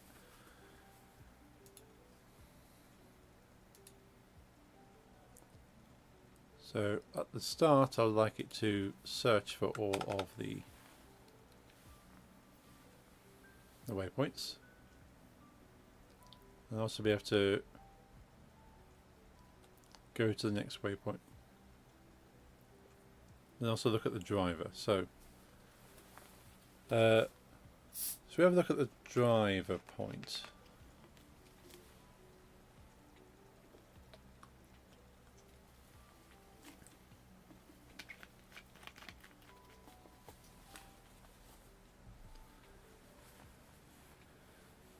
So the driver, so we want to check what waypoint the driver's at. So we can go serialized fields.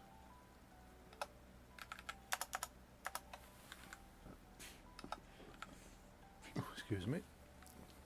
Go private int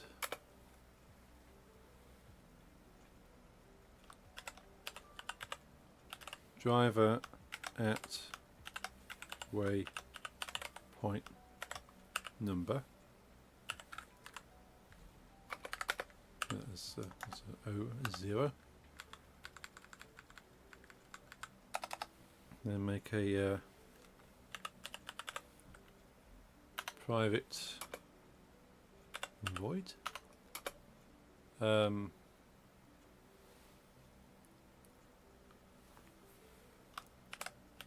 Get drivers current waypoint number. And that's going to be waypoint driver dot get current waypoint number, and we want to save that into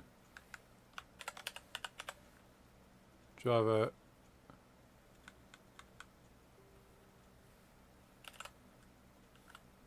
at waypoint number. Okay.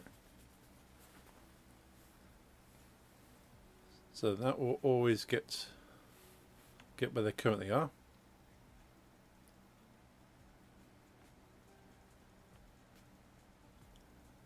We probably want the next waypoint number.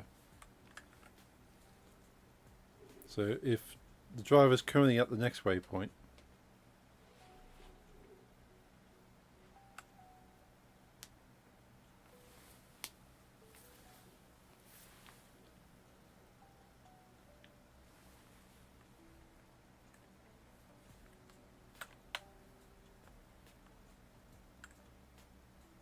because we don't want to keep writing stuff, but we can keep checking stuff.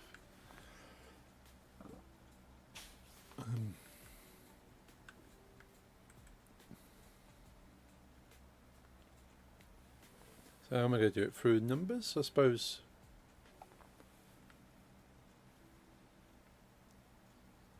Driver's at waypoint number is the next number.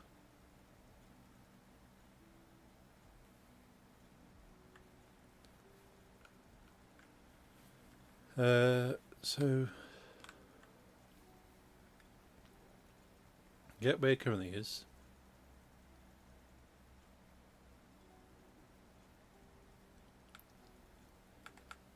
Suppose by number it can go by waypoint as well.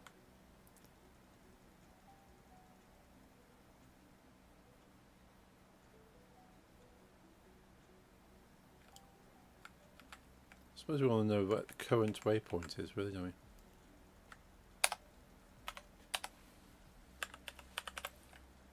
Private vector 3 next waypoints.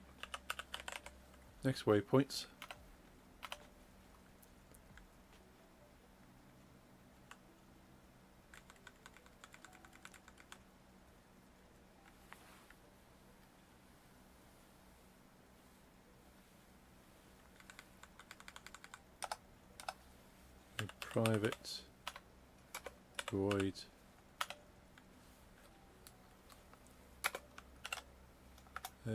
give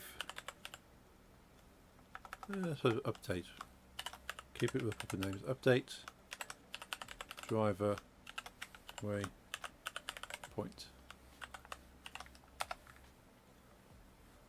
There's certain words in coding like get and update and set. So it'd be set driver waypoint. Set driver waypoint because waypoint driver dot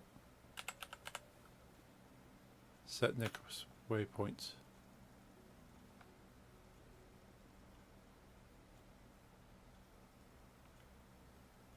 There isn't a set waypoint number though.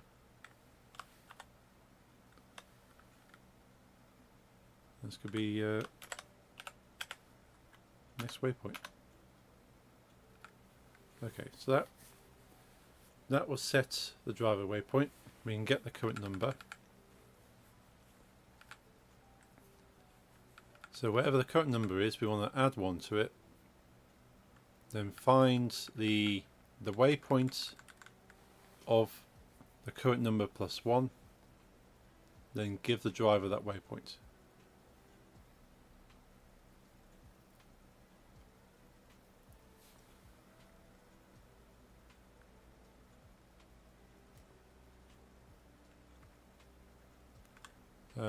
And I suppose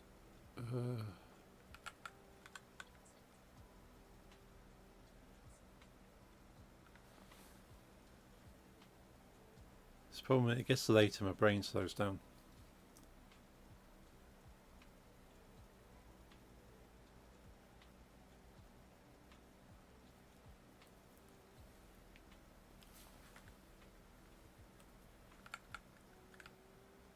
So next waypoint, we need to let's make another function. So private void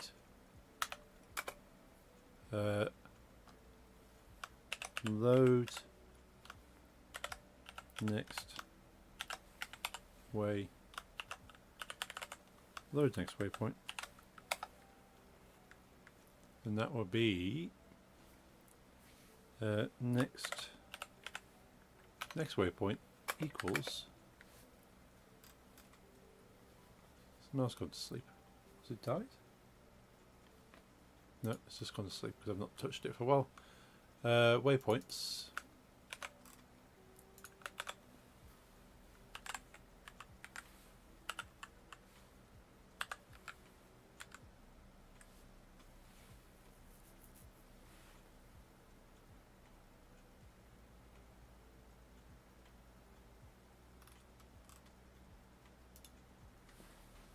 Dot get location.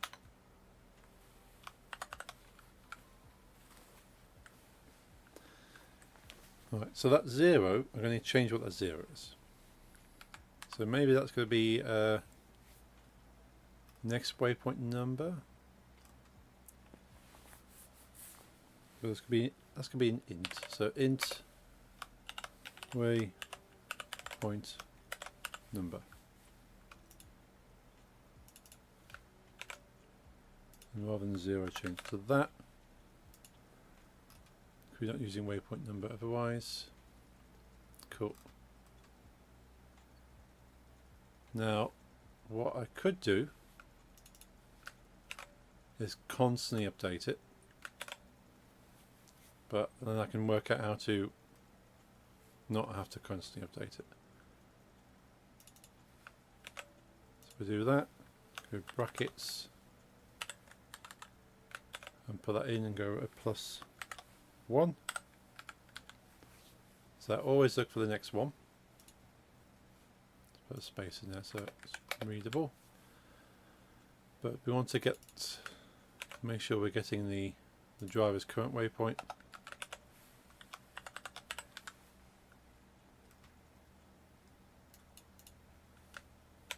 And then setting. Oh, did not want to do that. Just that bit of text, thank you, not the whole thing. So what that's doing is currently checking which number is the driver currently passed. Load the next waypoint from the list, then give the next waypoint to the driver, but constantly every frame. And I don't want to do it every frame. So I need to think of a check. And the check would probably be so I need to store the driver. I need to have a number. I need to save this number. So driver at waypoint number. So if I do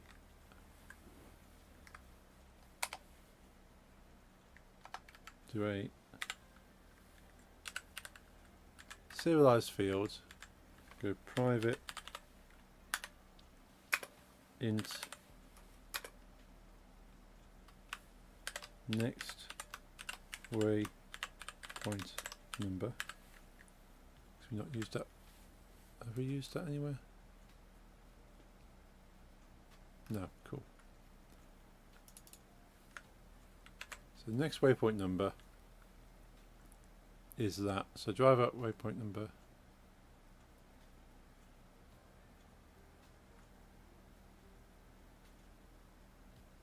So where do we set this? So we go if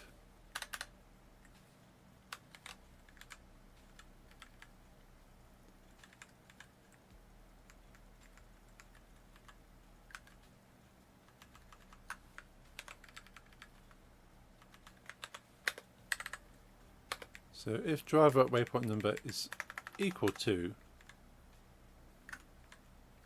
next waypoint number, so we can do that before the if. So we're constantly checking what number are they at, what number are they at. Now if the driver is actually at the next waypoint number, then we want to make the next waypoint number equal where the driver is +1. So if those two are the same, just add 1 to it. And then, because we're saving the +1, we can just drop it straight in there. And we can then put these two things inside the if statement, so we're not constantly updating where the driver is or where the driver needs to go. We're just constantly checking where the driver is, and if at any point that number changes, then pull the next number and send them there. So we're not actually updating the driver unless they reach somewhere at the next waypoint.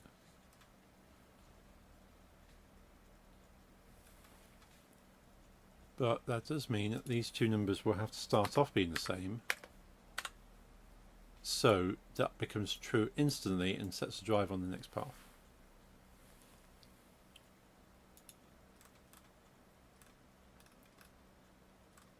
So that's that code. The only bit of code I need to write here now is filling, where is it? Filling this waypoints with waypoints. And that's going to be put into the start. So let's make a function. Make a function here. Private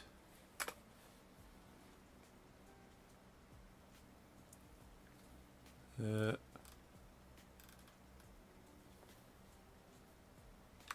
call it gather. Gather's not really a word in use in coding, but I like it. Private void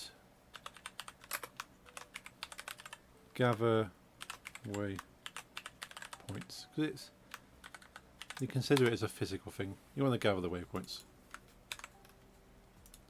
but in coding terms, you'll probably be loading waypoints. I've already got load next waypoint.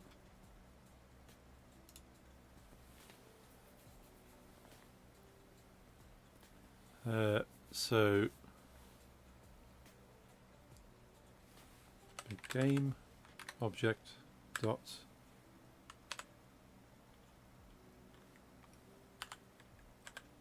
so find get prefab definition dot search dot get components in children. Yes.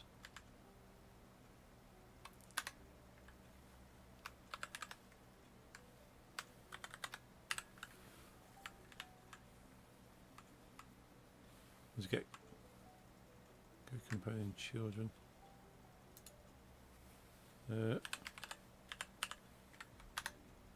Waypoints.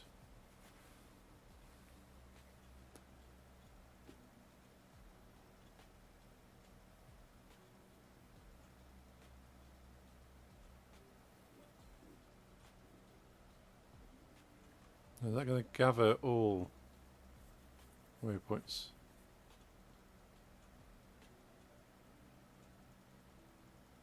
Because what I want to do is put it into there.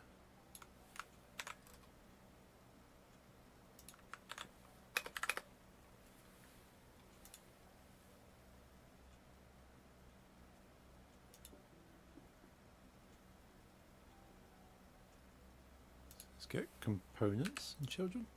Ah, there we go.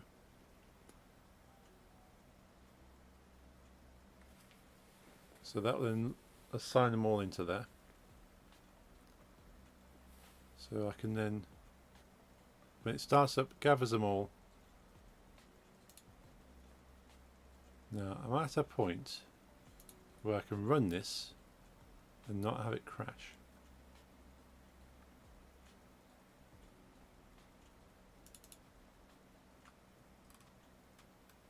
Okay.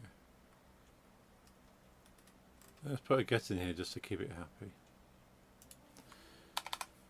Public. That's always a win, yeah. Always a win not to have it crash. Public string get root name.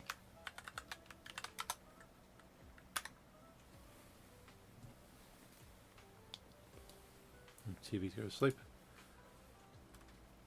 Right, so that keeps everything happy. I'm using all the variables, even though I'm not using all the functions. Right.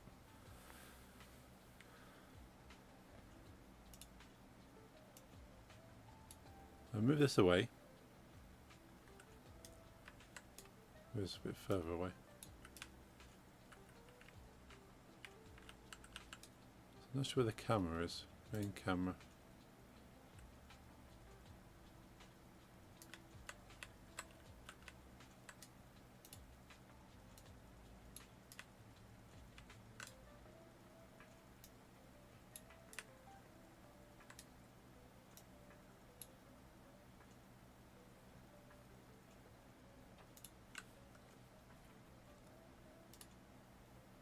Let's go to prefabs.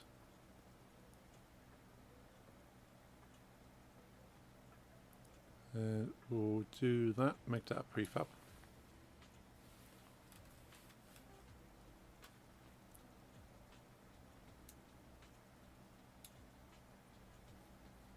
So that means I can now make that a 1,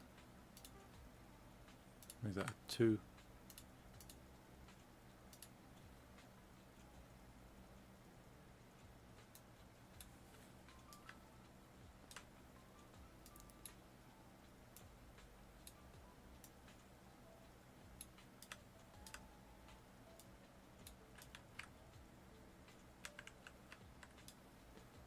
Let's save this because this could go horribly wrong.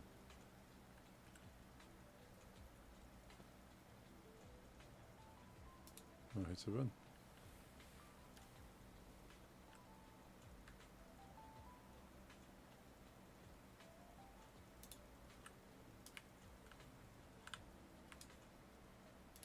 The driver's still there, it's not moved. Game didn't crash though.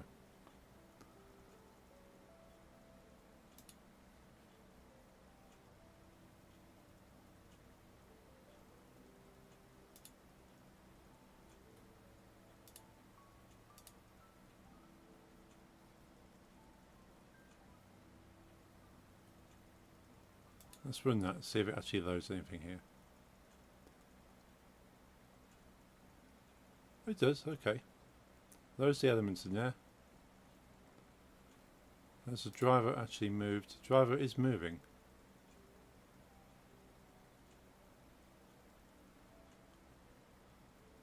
Is it moving too slowly?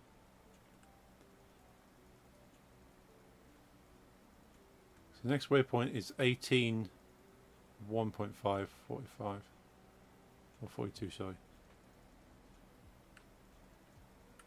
So I think the speed at which it's running at is way too slow. Oh look, here it comes, look, it's moving.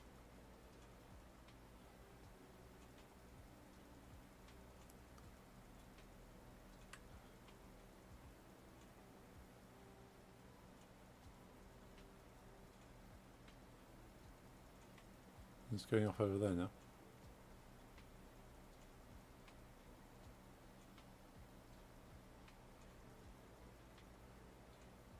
Ah, okay, so because it's doing that, what will happen when it gets to there? Is it going to crash? No, it reached it and it stopped. Okay, I know what I didn't do correctly. It's because I've labelled this one, label that 1. So it's coming at 0 and then go to 1. So it should have come to here first.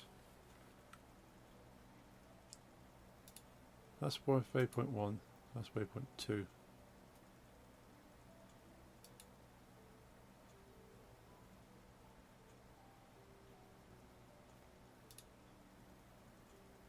Okay, let's run it again. I'll check on this waypoint number.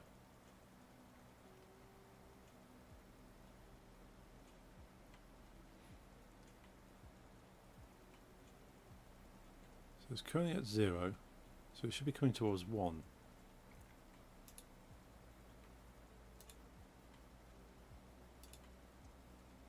But it's skipped 1, it's going straight to 2. But the next waypoint is 1. So why is it going to 2?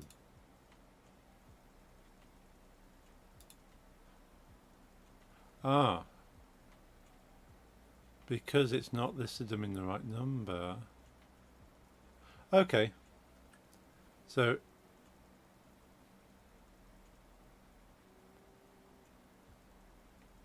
interesting.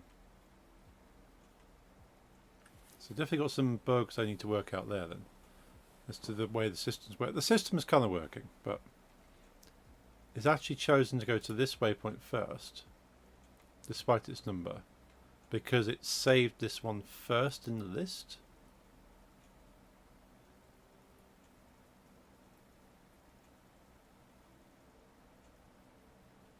And because there isn't one, it's not progressing past that. So it says the next waypoint number should be 1.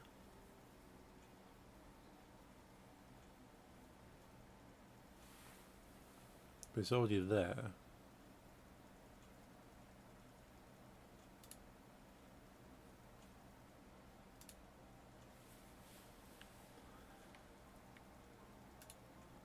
Okay, but it's kind of doing a thing. Now what I could do, make life a bit more interesting. So if I take the camera and make a camera child of that.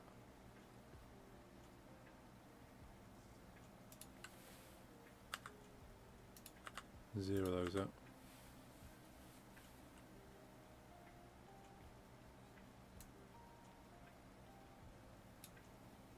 And then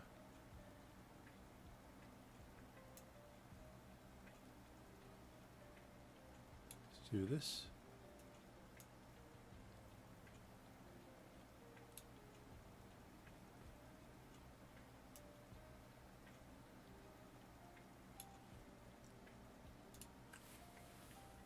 So the camera now follows that. We'll put another waypoint. We'll call this one number 3.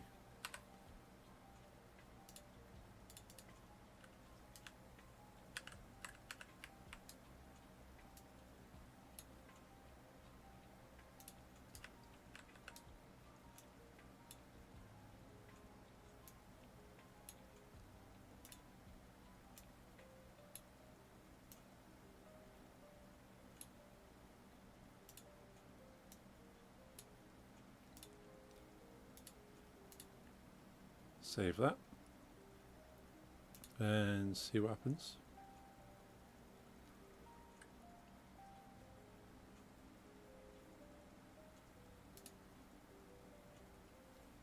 So it's supposed to be going to the waypoint number 1, which is that one.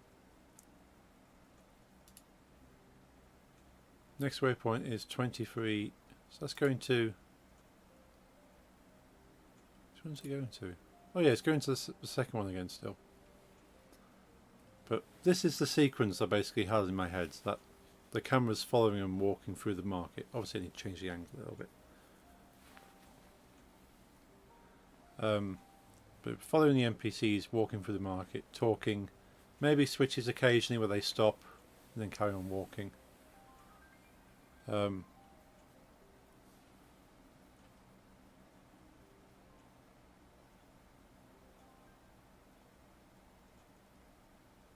It depends if it's going to move on from here.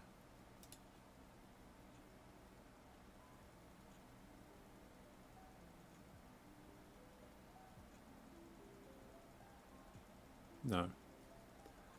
So it's the way it's picking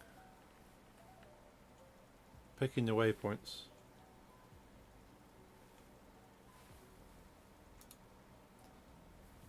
So rather than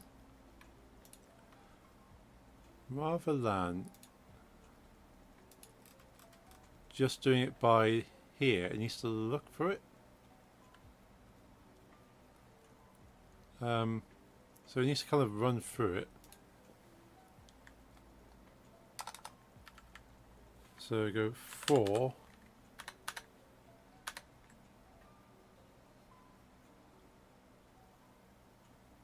Four waypoints length.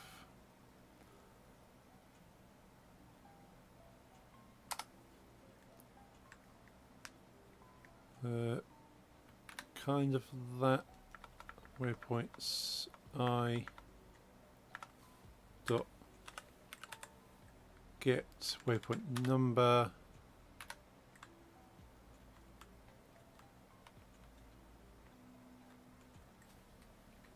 and then go if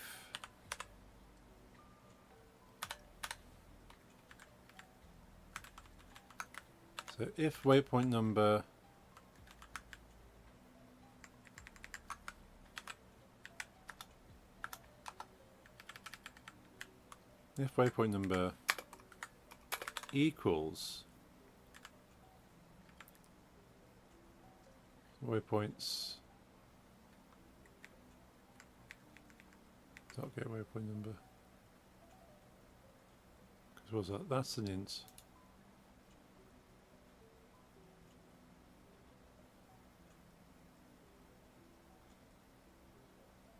So why is that saying that's a bool? Oh, because I'm trying to assign it, aren't I? I always forget this equals equals. So if those two numbers match, then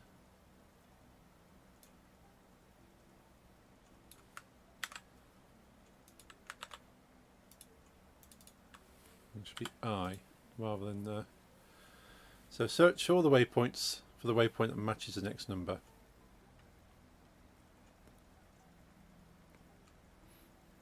And then set the next waypoint.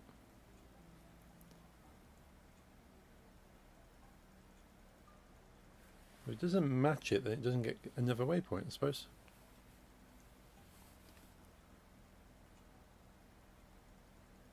Okay, let's try that.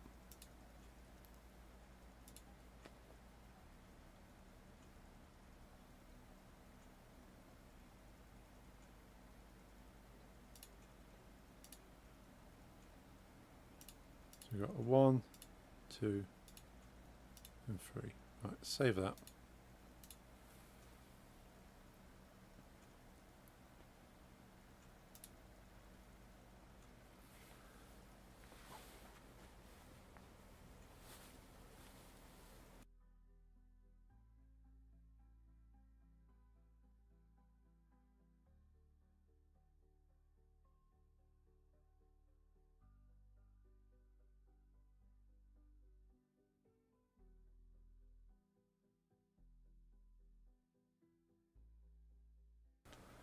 Okay, promising. It's going to the vector 3 of the first waypoint for the change.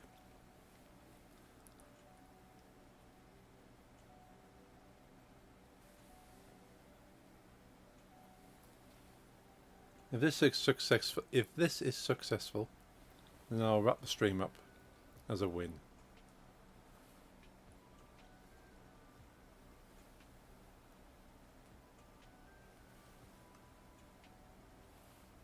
Okay, so it's got there. Say the next waypoint should be 1, but it's actually on a 1. So drive at waypoint 0, but it's not at 0, it should be at 1. So it's got to the waypoint, but it's not triggered.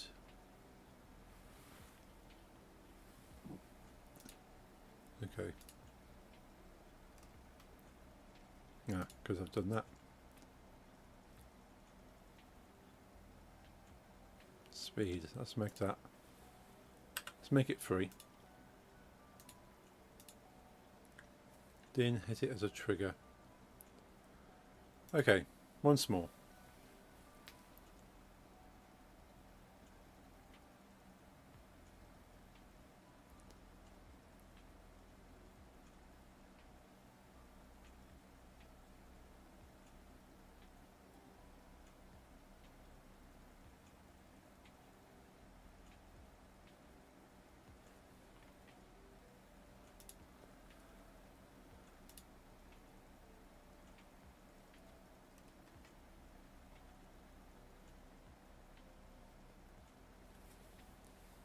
Okay, let's do a little bit of debugging here.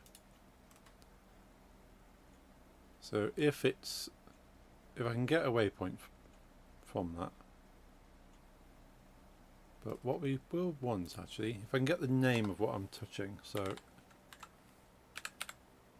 serialized field, private game, private string, I suppose.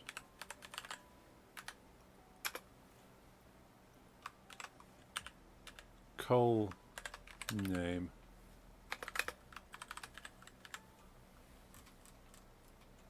So on collision, go col name equals collision dot game object name. So this will tell me what it's hitting.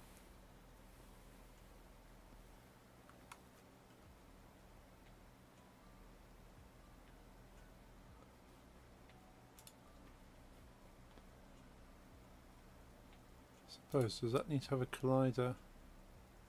So it's got colliders on.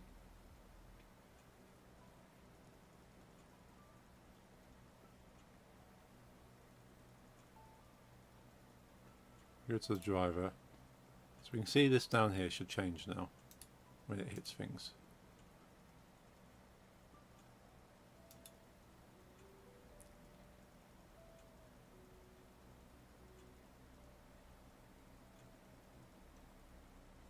So it's not, doesn't change the name down here.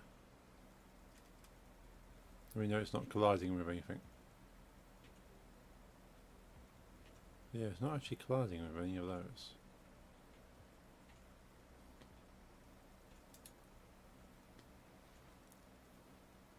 So collider trigger. Oh, is it on trigger rather than on collision?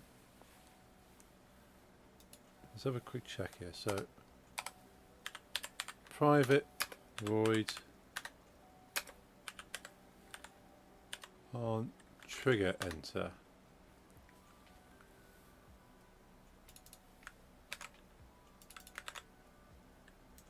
Had the wrong thing, I think.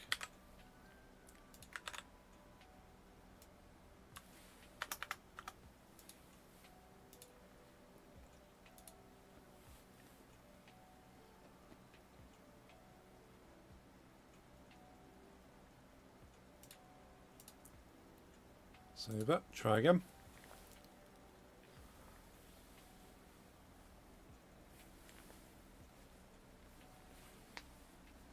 So in theory, when it collides with the market stores, it should have the name of the market stores.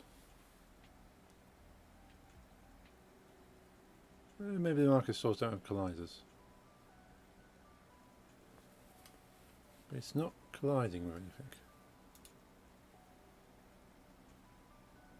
So on trigger.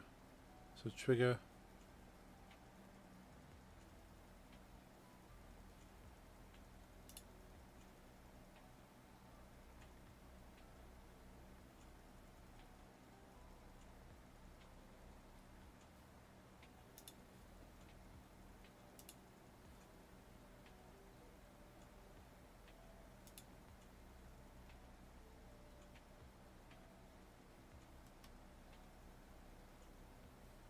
Does that even have a...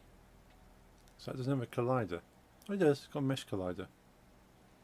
So it should be colliding with that.